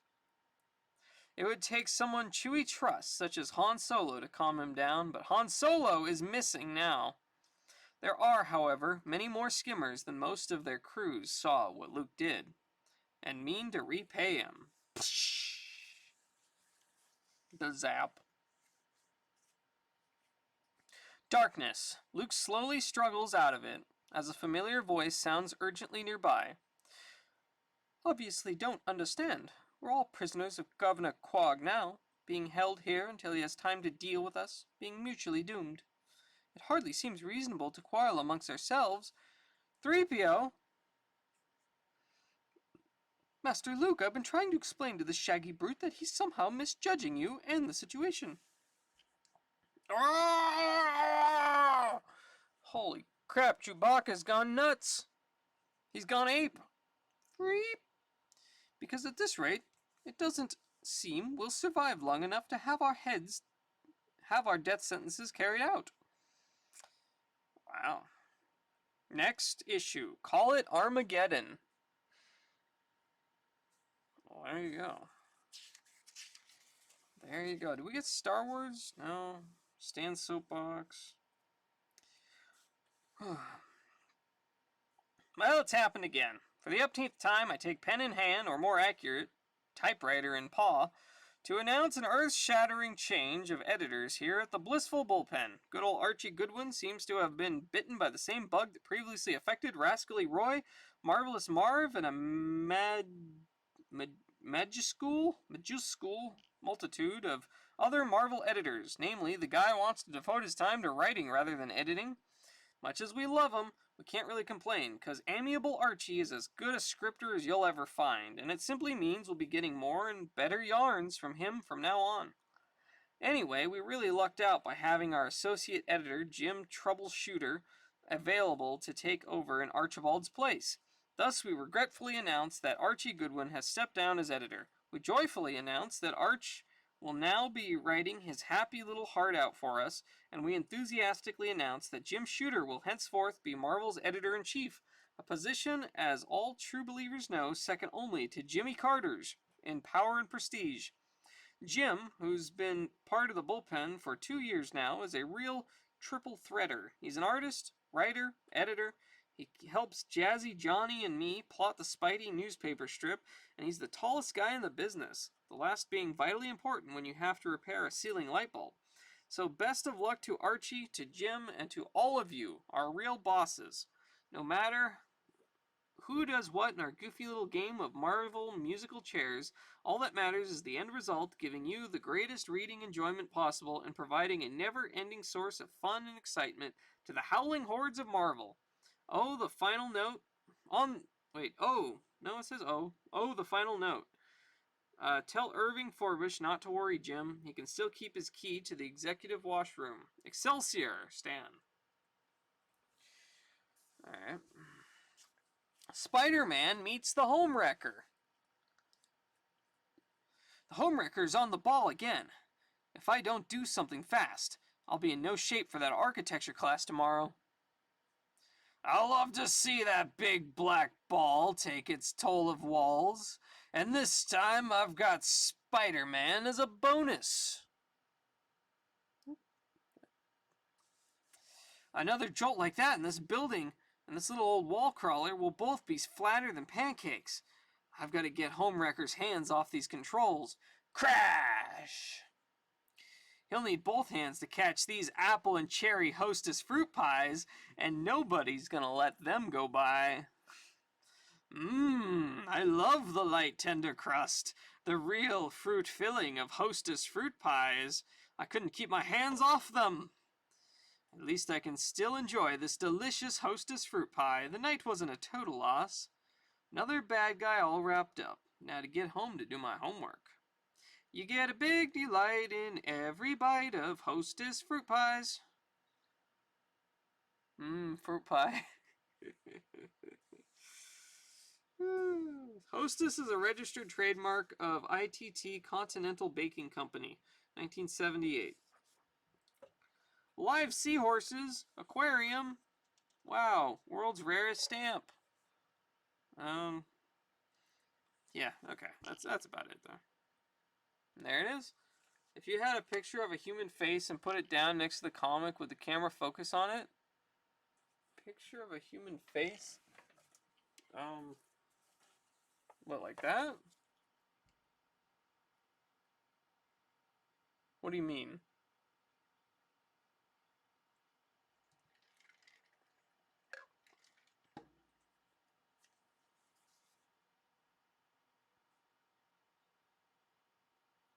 Like this?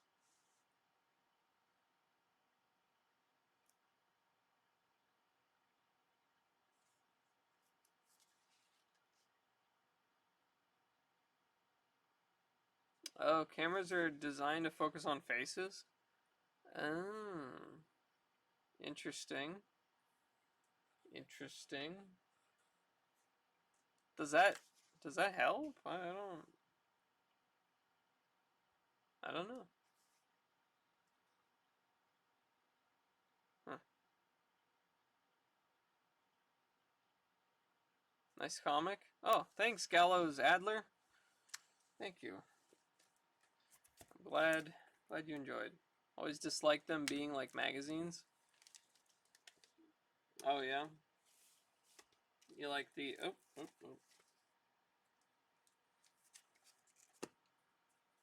like the individual issue format one, like this.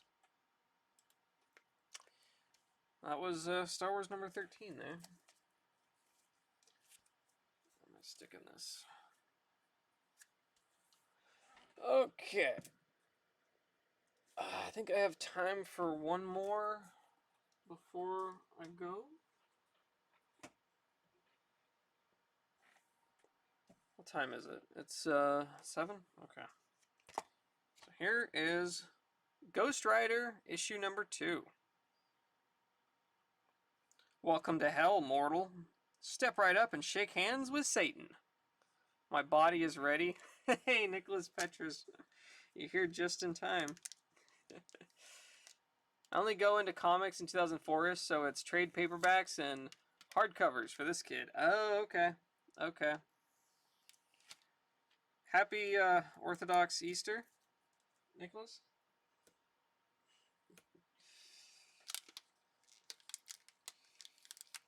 Let me get these tape off. Get these tapes off. There we go. Alright. So I bought this from Red Hood Comics on eBay. Neat. Neat. There we go. Thank you. It was a good Easter Doom Day. It looked like fun. Always love a good Doom. Eligod, hearts you. Hi Eligod, how you doing? We're just starting Ghost Rider number 2. Is he alive or dead? Welcome to hell, mortal. Step right up and shake hands with Satan. Let's go. Let's do it. Stan Lee presents The Ghost Rider. Let me zoom in here. Night. A rare rainstorm drenches the desert.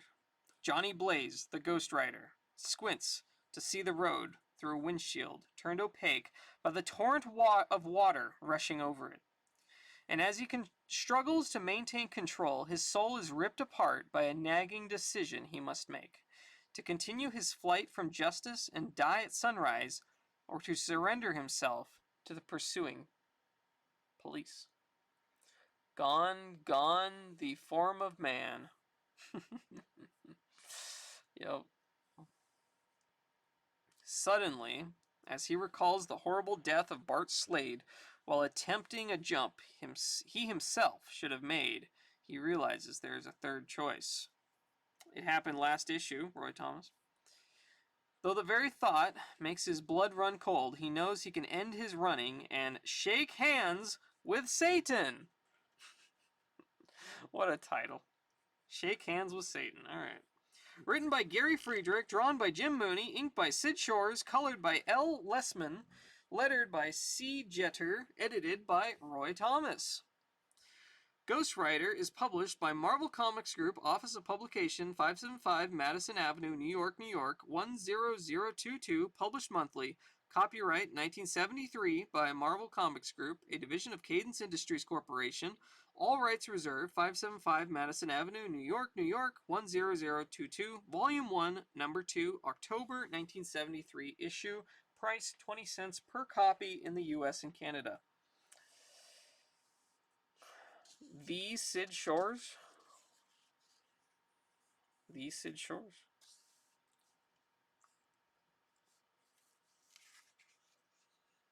Yep, inked by Sid Shores right there. No, I can't give in to the devil. I won't. I fought too long. Look out. Hang on. Gotta bring her under control. Easy, easy. Lord, I've run off the road. I think I read that backwards, but okay. That was close. I nearly killed you. It wasn't your fault, Johnny. You only have so much on your mind. So much pressure. Yes, and I can't drive anymore in this condition. I'm gonna pull off. But the police! If we stop, they're liable to catch you. That's a chance I'll have to take. I must have time to think. Oh, what are we gonna do? Even if the police don't catch us, you'll turn back to Johnny Blaze in the morning, and you'll be critically injured again, out here in the middle of nowhere. I'm aware of all that. You don't have to remind me. But it's no use. There's only one course of action for me to take. Satan! It always comes down to this, huh? There's only one thing for me to do. Gotta call Satan. Wherever you are, I give up. You win, Satan. Come and get me. Johnny, no! You don't know what you're doing. I'm waiting for you. Please, come and get me. I'm begging you, Satan. Take me. I'm yours to do with as you choose. Stop it, Johnny. He'll hear you, and he'll come and claim you. Listen to me, for your sake and mine. Remember me, Rocky Simpson, the girl you're supposed to love. I'm pleading with you. If I mean anything to you at all, please stop it. No, it's because I care for you that I'm doing this. I've caused you too much pain and suffering already. Now it's time I ended it. Oh! Did she slip on the water? Did he just push her? You're not making any sense, Johnny. You even hit me. You never did that before. Oh, he hit her. Okay. What's wrong with you? I want to help you. Have you gone completely mad? Think what you will. Just go and leave me to my fate. Jeez. Screw calling Ghostbusters when you've got a direct line to Satan. Yeah. Jeez. Live and work in man country. Yeah, live and work in man country. We'll make you a man. We'll train you in your spare time for an exciting outdoor career. Thousands of jobs will be opening up in wildlife management, parks, and outdoor recreation, forestry, etc. These patches represent outdoor careers for which National School trains you, not the official patches of any state, federal, or private conservation service. Why spend the best days of your life punching a time clock in an office, store, or factory when you may be able to qualify for one of the thousands of new jobs that are coming up in the great outdoors because of concern for conservation and ecology? Imagine getting paid for work you'd enjoy. Don't settle for only occasional hunting trips, fishing and boating. Live and work right next to nature in real man country all year round. Every year, there are new openings in state and national parks, the forest industry, game refuges and preserves, private hunting and fishing clubs, and recreational facilities. Here's how you can qualify. Start now. The National School of Conservation will help you prepare at home in your spare time for an exciting outdoor opportunity. This accredited train-at-home program has been created by experts in the field of conservation. These men have years of on-the-job experience, and they share it with you. Through every step of your training, you can even keep your present job as you learn at home, working at your own pace. National School of Conservation is America's oldest established and accredited home study conservation school, so you know you're in capable hands. When you graduate, National School will assist you in contacting public and private conservation organizations and help explore available job openings. Good pay, job security, low living costs, a great combination. Ooh, nice. Come on, Satan, my soul is yours for the asking. I now know you to be my true master, and I am ready and willing to serve. Where did all of this come from? Also, this...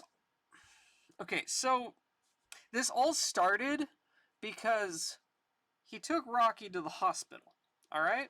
And they're like, alright, hey, you're freaking out the other patients. You need to go chill for a while. Just go somewhere else.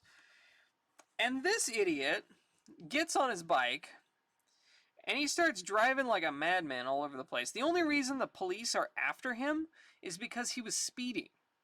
He was speeding at night, just like driving like crazy. And the police were like, hey, that guy's speeding. Let's go pull him over. And then he started shooting fire at the cops and started like trying to outrun them. And he got in this whole big mess, and it's just escalated and escalated and escalated. And there was no reason for it to. He could have just gone to like a... I don't know, he could have just gone anywhere. Or just drive around, but don't Don't speed. He could have just gone sat in an alley for a while. Like, he was just waiting to see how Rocky was going to turn out. And all of this happened because he's just been absolutely careless and... Oh my gosh. And now it's come to this. Okay. Please answer me. Claim my soul and end my wretched earthly life forever. God. Johnny, in the sky, some sort of fireball with a woman in it.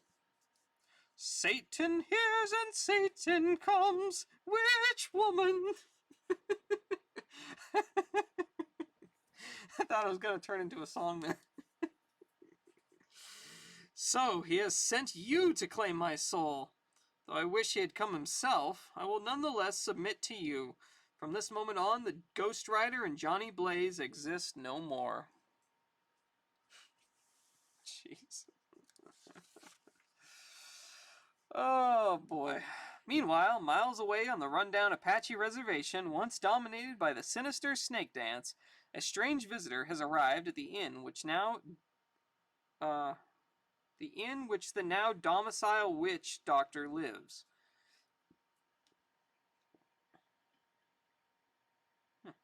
A visitor whose presence will have far-reaching effects on the lives of everyone he touches, including the seemingly doomed Ghost Rider.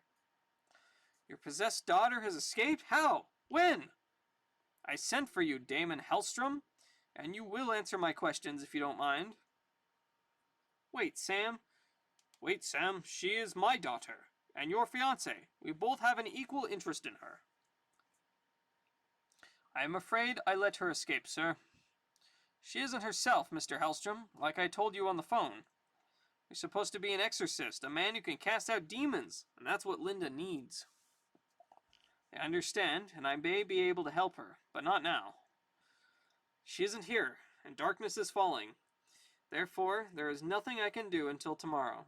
However, if I am to help her tomorrow, or any time, you must grant me a favor. This will doubtless sound somewhat bizarre to you, but it is of the utmost importance that you follow my instructions explicitly. This chain of Ankas can mean either life or death for both your daughter and myself. An Anka is the ancient Egyptian symbol of life. Roy. Prizes or cash? If you must wrap my wrists in the chain and lock it securely, then you must lock me in a small room. And no matter what I say, how much I beg and plead, you must not release me until morning. I don't understand, but I will do as you ask. I hope you will be comfortable here. If you need anything, simply call me. No, you mustn't give me anything. Do anything for me. Merely leave, locking the door behind you, and do not enter again until sunrise, no matter what. If that's the way you want it, see you for breakfast. Weird man. Definitely, incredibly weird. Holy Father in heaven, once more I ask you to see me through the nightly ordeal which is about to descend upon me, and give those who are my hosts the strength to resist the terrible temptations I am doomed to use against them. Please, Lord, see me through this night that I may rise on the morrow to do your work, rather than releasing me when I am not myself to do the evil work of my father. While... So, Johnny Blaze, we meet again, just as I promised. Just as I promised in Marvel Spotlight number 11.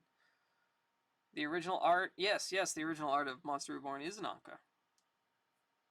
I don't know why they changed it, but whatever. Even more so than I had anticipated, your companion is very lovely. So lovely, in fact, I believe she would be a most pleasing gift for the master. Leave Rocky out of it. This is between the devil and me. Silence, fool! Do you not realize the situation is no longer in your hands? You have surrendered your soul to the master, and I am certain she would want to do likewise, to be with you. Forget it. The offer I made was for my soul, no one else's. I will go with you, but Rocky stays. As I have already stated, the choice is not yours. Karate, Judo, Jiu-Jitsu, Savate, the total self-defense system. In less than 24 hours, you can learn the fantastic secrets of self-defense, and you'll never be afraid again. This unique home course will reveal hundreds of fighting secrets that you can put to immediate use. Easy and exciting to learn, you'll be able to master any difficult situation in less than 15 minutes a day. The knowledge of the world's top fighting experts can be yours. All right. So you say, but it will take more than the words of a female to make me a believer. Huh. Even in a situation such as this, male chauvinism rears its ugly head, but to no avail. Look into my eyes, Johnny Blaze, and let the power of Satan drain the resistance from your body. Never. Though my eyes are irresistibly drawn to yours, my wall of flame burns high enough that I cannot return your stare of death. Cycles. Probably the police. This is the end, Rocky. One way or the other. Then it will be my way, for no mere humans are a match for which woman? Which woman? She needs a theme song or something. Which woman sold her soul to the devil? Which woman? The hour is late, Sam, and yet somehow I cannot sleep. I tell you, some terrible evil has invaded this house, and the man Hellstrom is a part of it. How can he be? His specialty is combating evil, casting out demons, not creating it.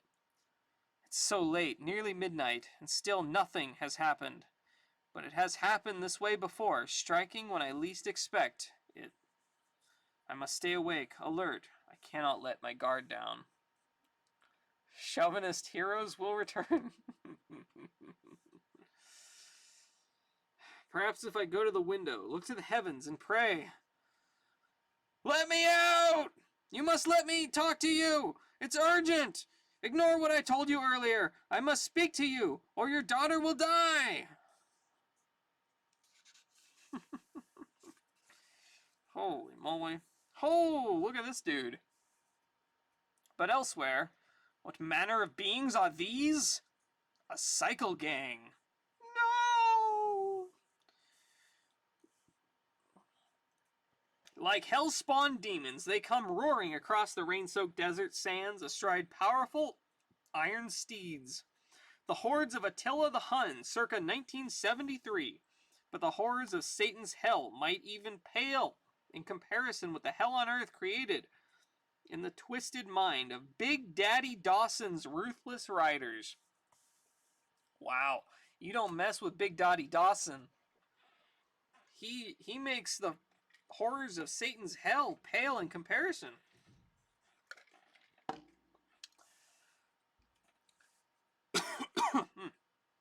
Circle 'em, boys. Let's see how tough this Ghost Rider really is. Not tough enough that a good chain whipping won't break 'em. Johnny, stop 'em. God knows what they'll do to us. One man, stop us? Lady, dream on.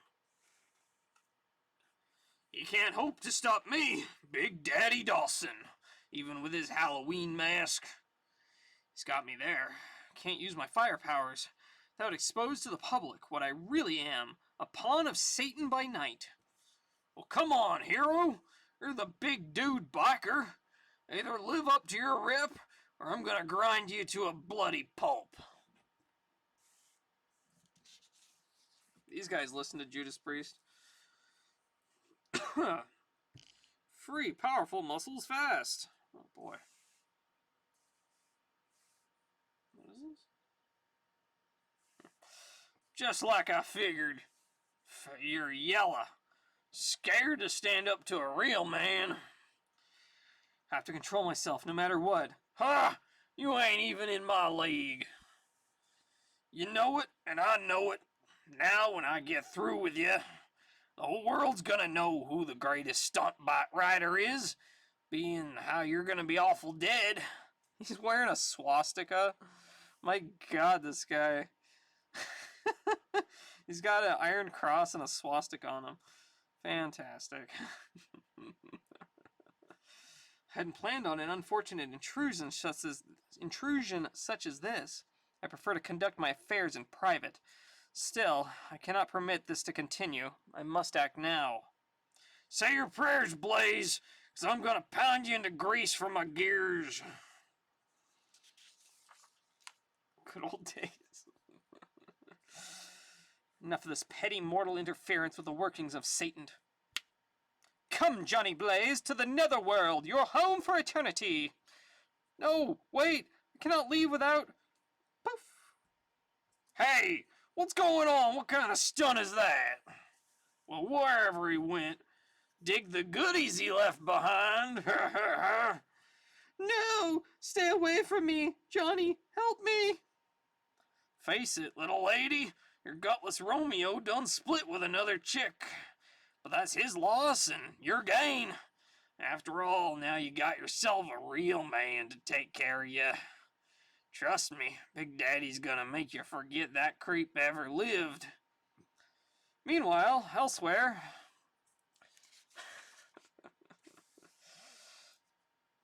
Holy crap! The heaviest human on record weighed 1,069 pounds and was buried in a piano case. Okay. Okay.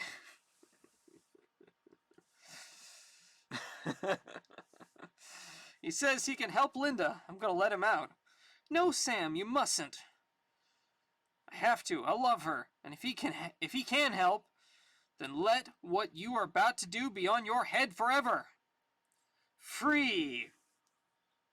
You've changed. That costume, the strange birthmark on your chest. Very observant of you, mortal, and very foolish of you to release me. But Linda, you said you'd help her if I freed you. I lied, fool, and now I must be gone. Snake Dance, get your rifle. He must be stopped. Stop me? You'd do as well to try and catch the wind, fools. Farewell, fools, and may your names be etched forever in the legends of infamy for the deed you have performed this night. To learn the stunning secret of Daemon Hellstrom, don't miss Marvel Spotlight number 12 on sale now. There it is. There it is. Marvel Spotlight number 12, The Son of Satan. Big Daddy Dawson's quite the charmer. Sure is. He sure is.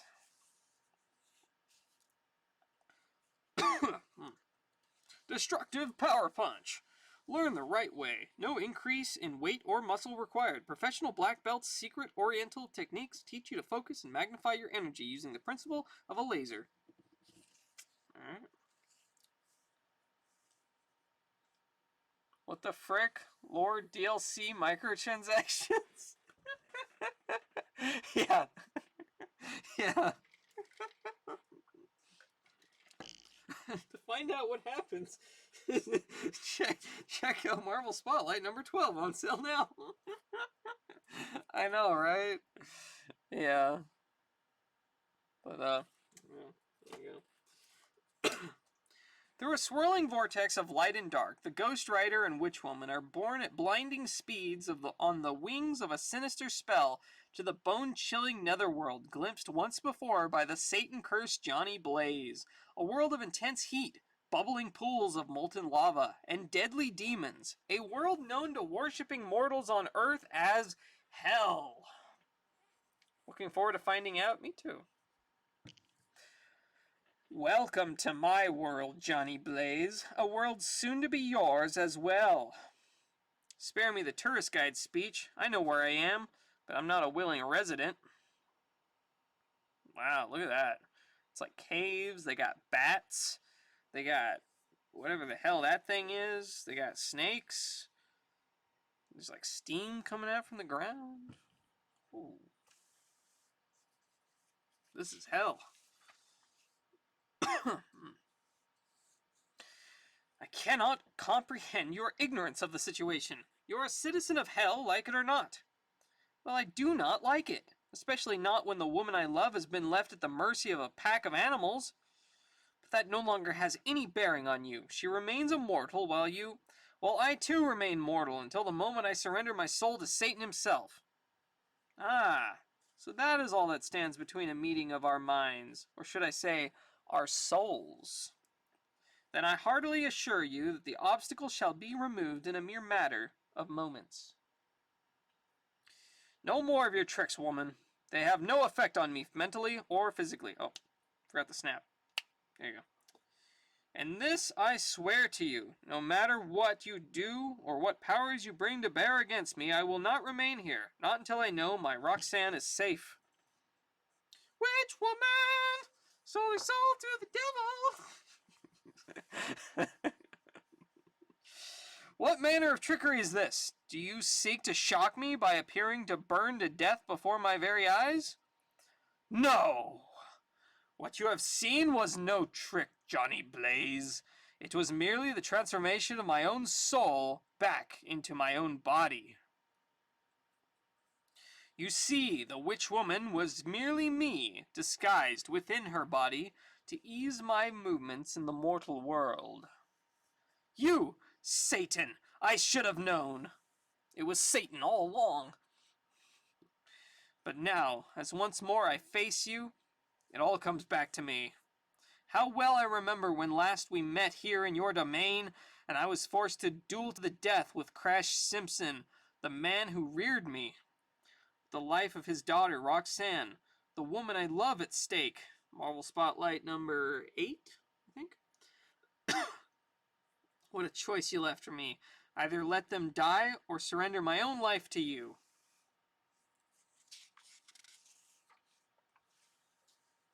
Who else wants a He-Man body? Tired of watching others grab the best jobs, the most attention, the prettiest girls? Let me show you how I can make you a real He-Man. But I was spared that agonizing choice when Crash broke free of your spell and sacrificed his life to save mine. Then I was rescued from hell by the mysterious messenger.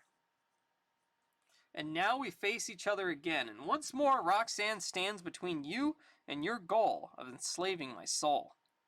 Wrong, Johnny Blaze. This time it is different. There will be no messenger to save you.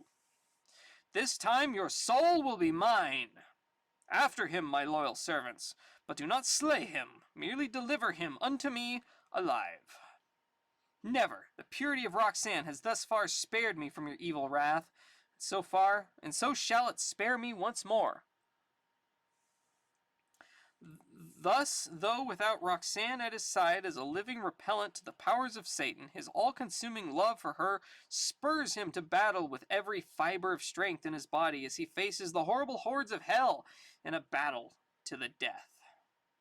Wow, look at all those demons. It's pretty wild. Also, I feel like Johnny Blaze is just all over the place in his decision-making. It's like, 1 second, he's like, alright, yeah, I give up. Satan, come claim me. Oh, wait, nope, I'm just kidding. I'll never give in. It just keeps going back and forth, and I don't know. In an endless deluge, they come at him. Demons which walk, crawl, fly, and spew forth sizzling streams of fire on fetid breath.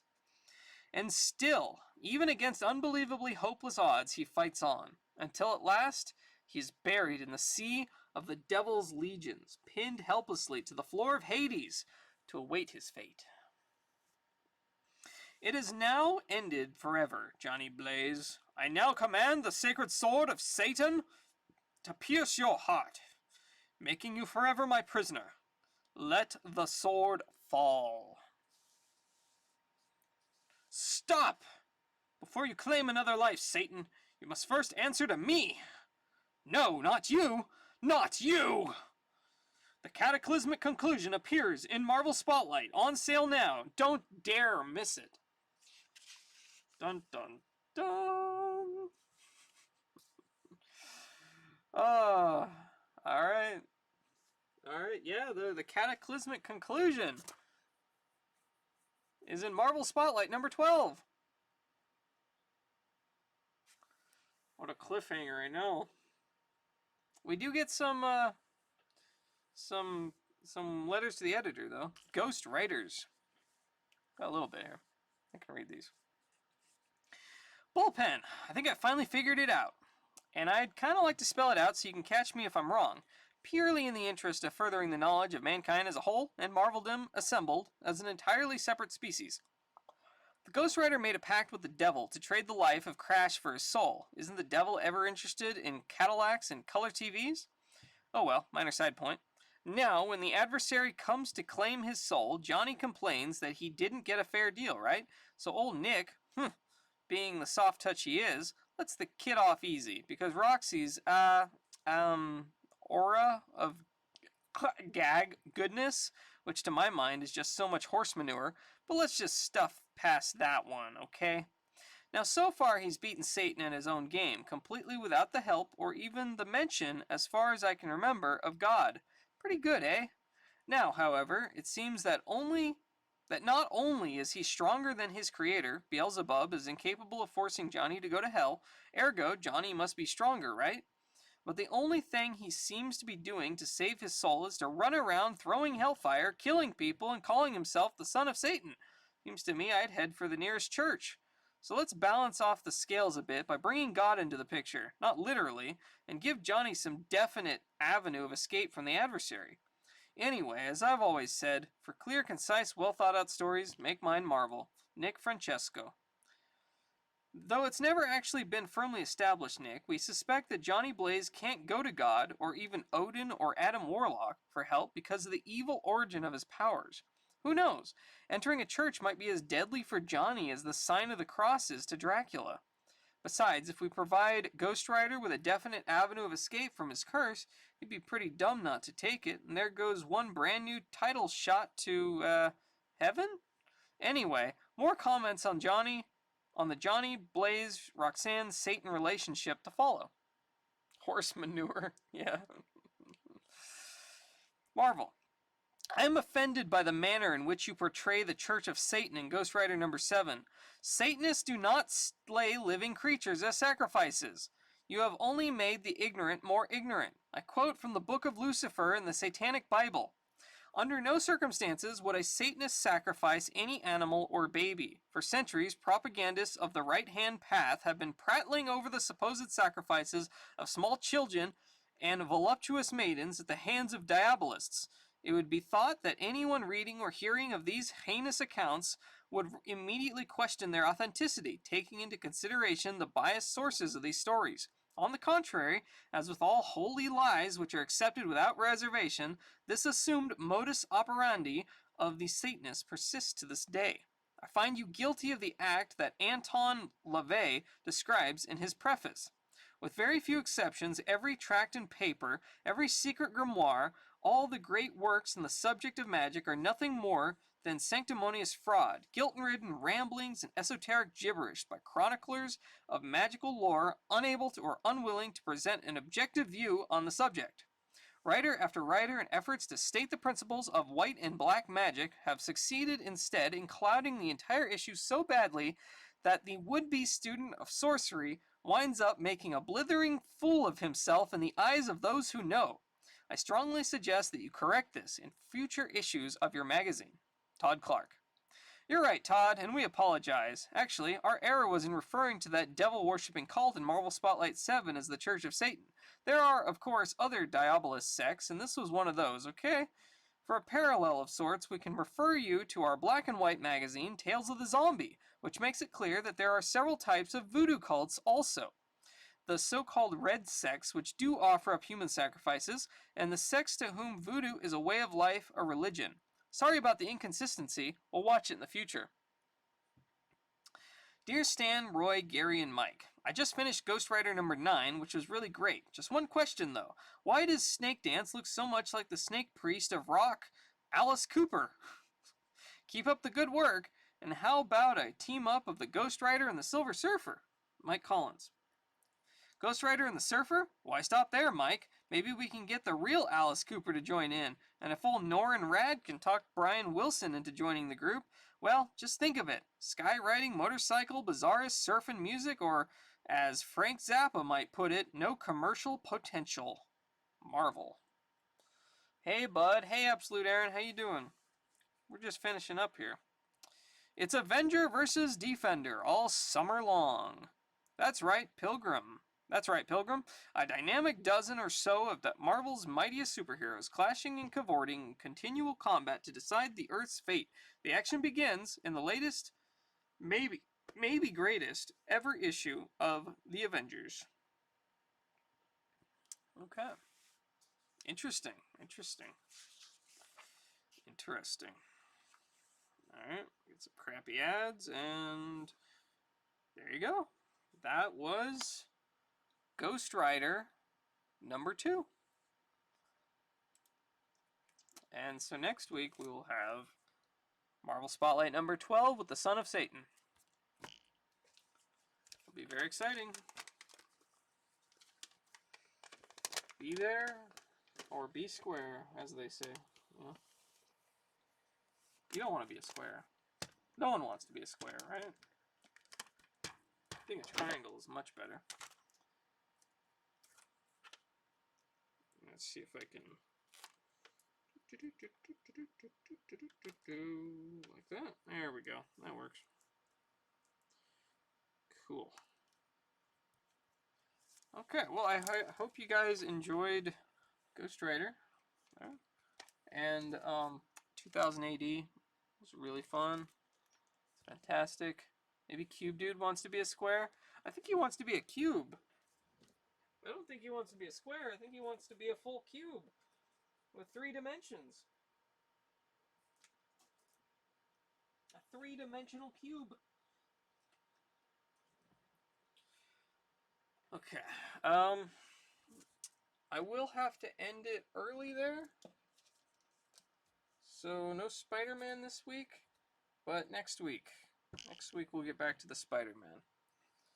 Sorry for starting a bit later today, but just a little bit slower today. And I had to watch Nicholas Petrus beat Doom, episode 1.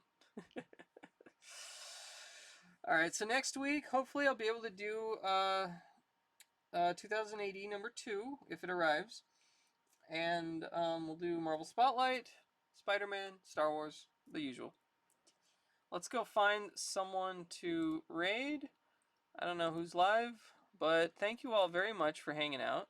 Oh no, you're fine. I thought you finished in a timely manner. I thought you did perfectly fine.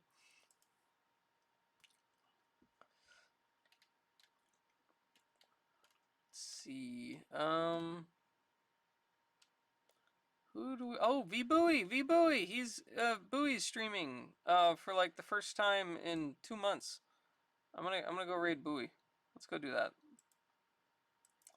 Alright, well, thank you very much, everybody, for hanging out. I hope you guys enjoyed it, and we'll be back next week, next Sunday. We'll see what happens to Ghost Rider in Hell. We'll see what happens with, what was happening with Star Wars? There's some crazy battle going on. And yeah, all the other stuff. Alright. Have a good... I guess it's not the weekend anymore, really. So, have a good week, everyone. And, yeah. I'll see you guys... Oh, there we go. I'll see you guys, next week. No, I'll see you tomorrow.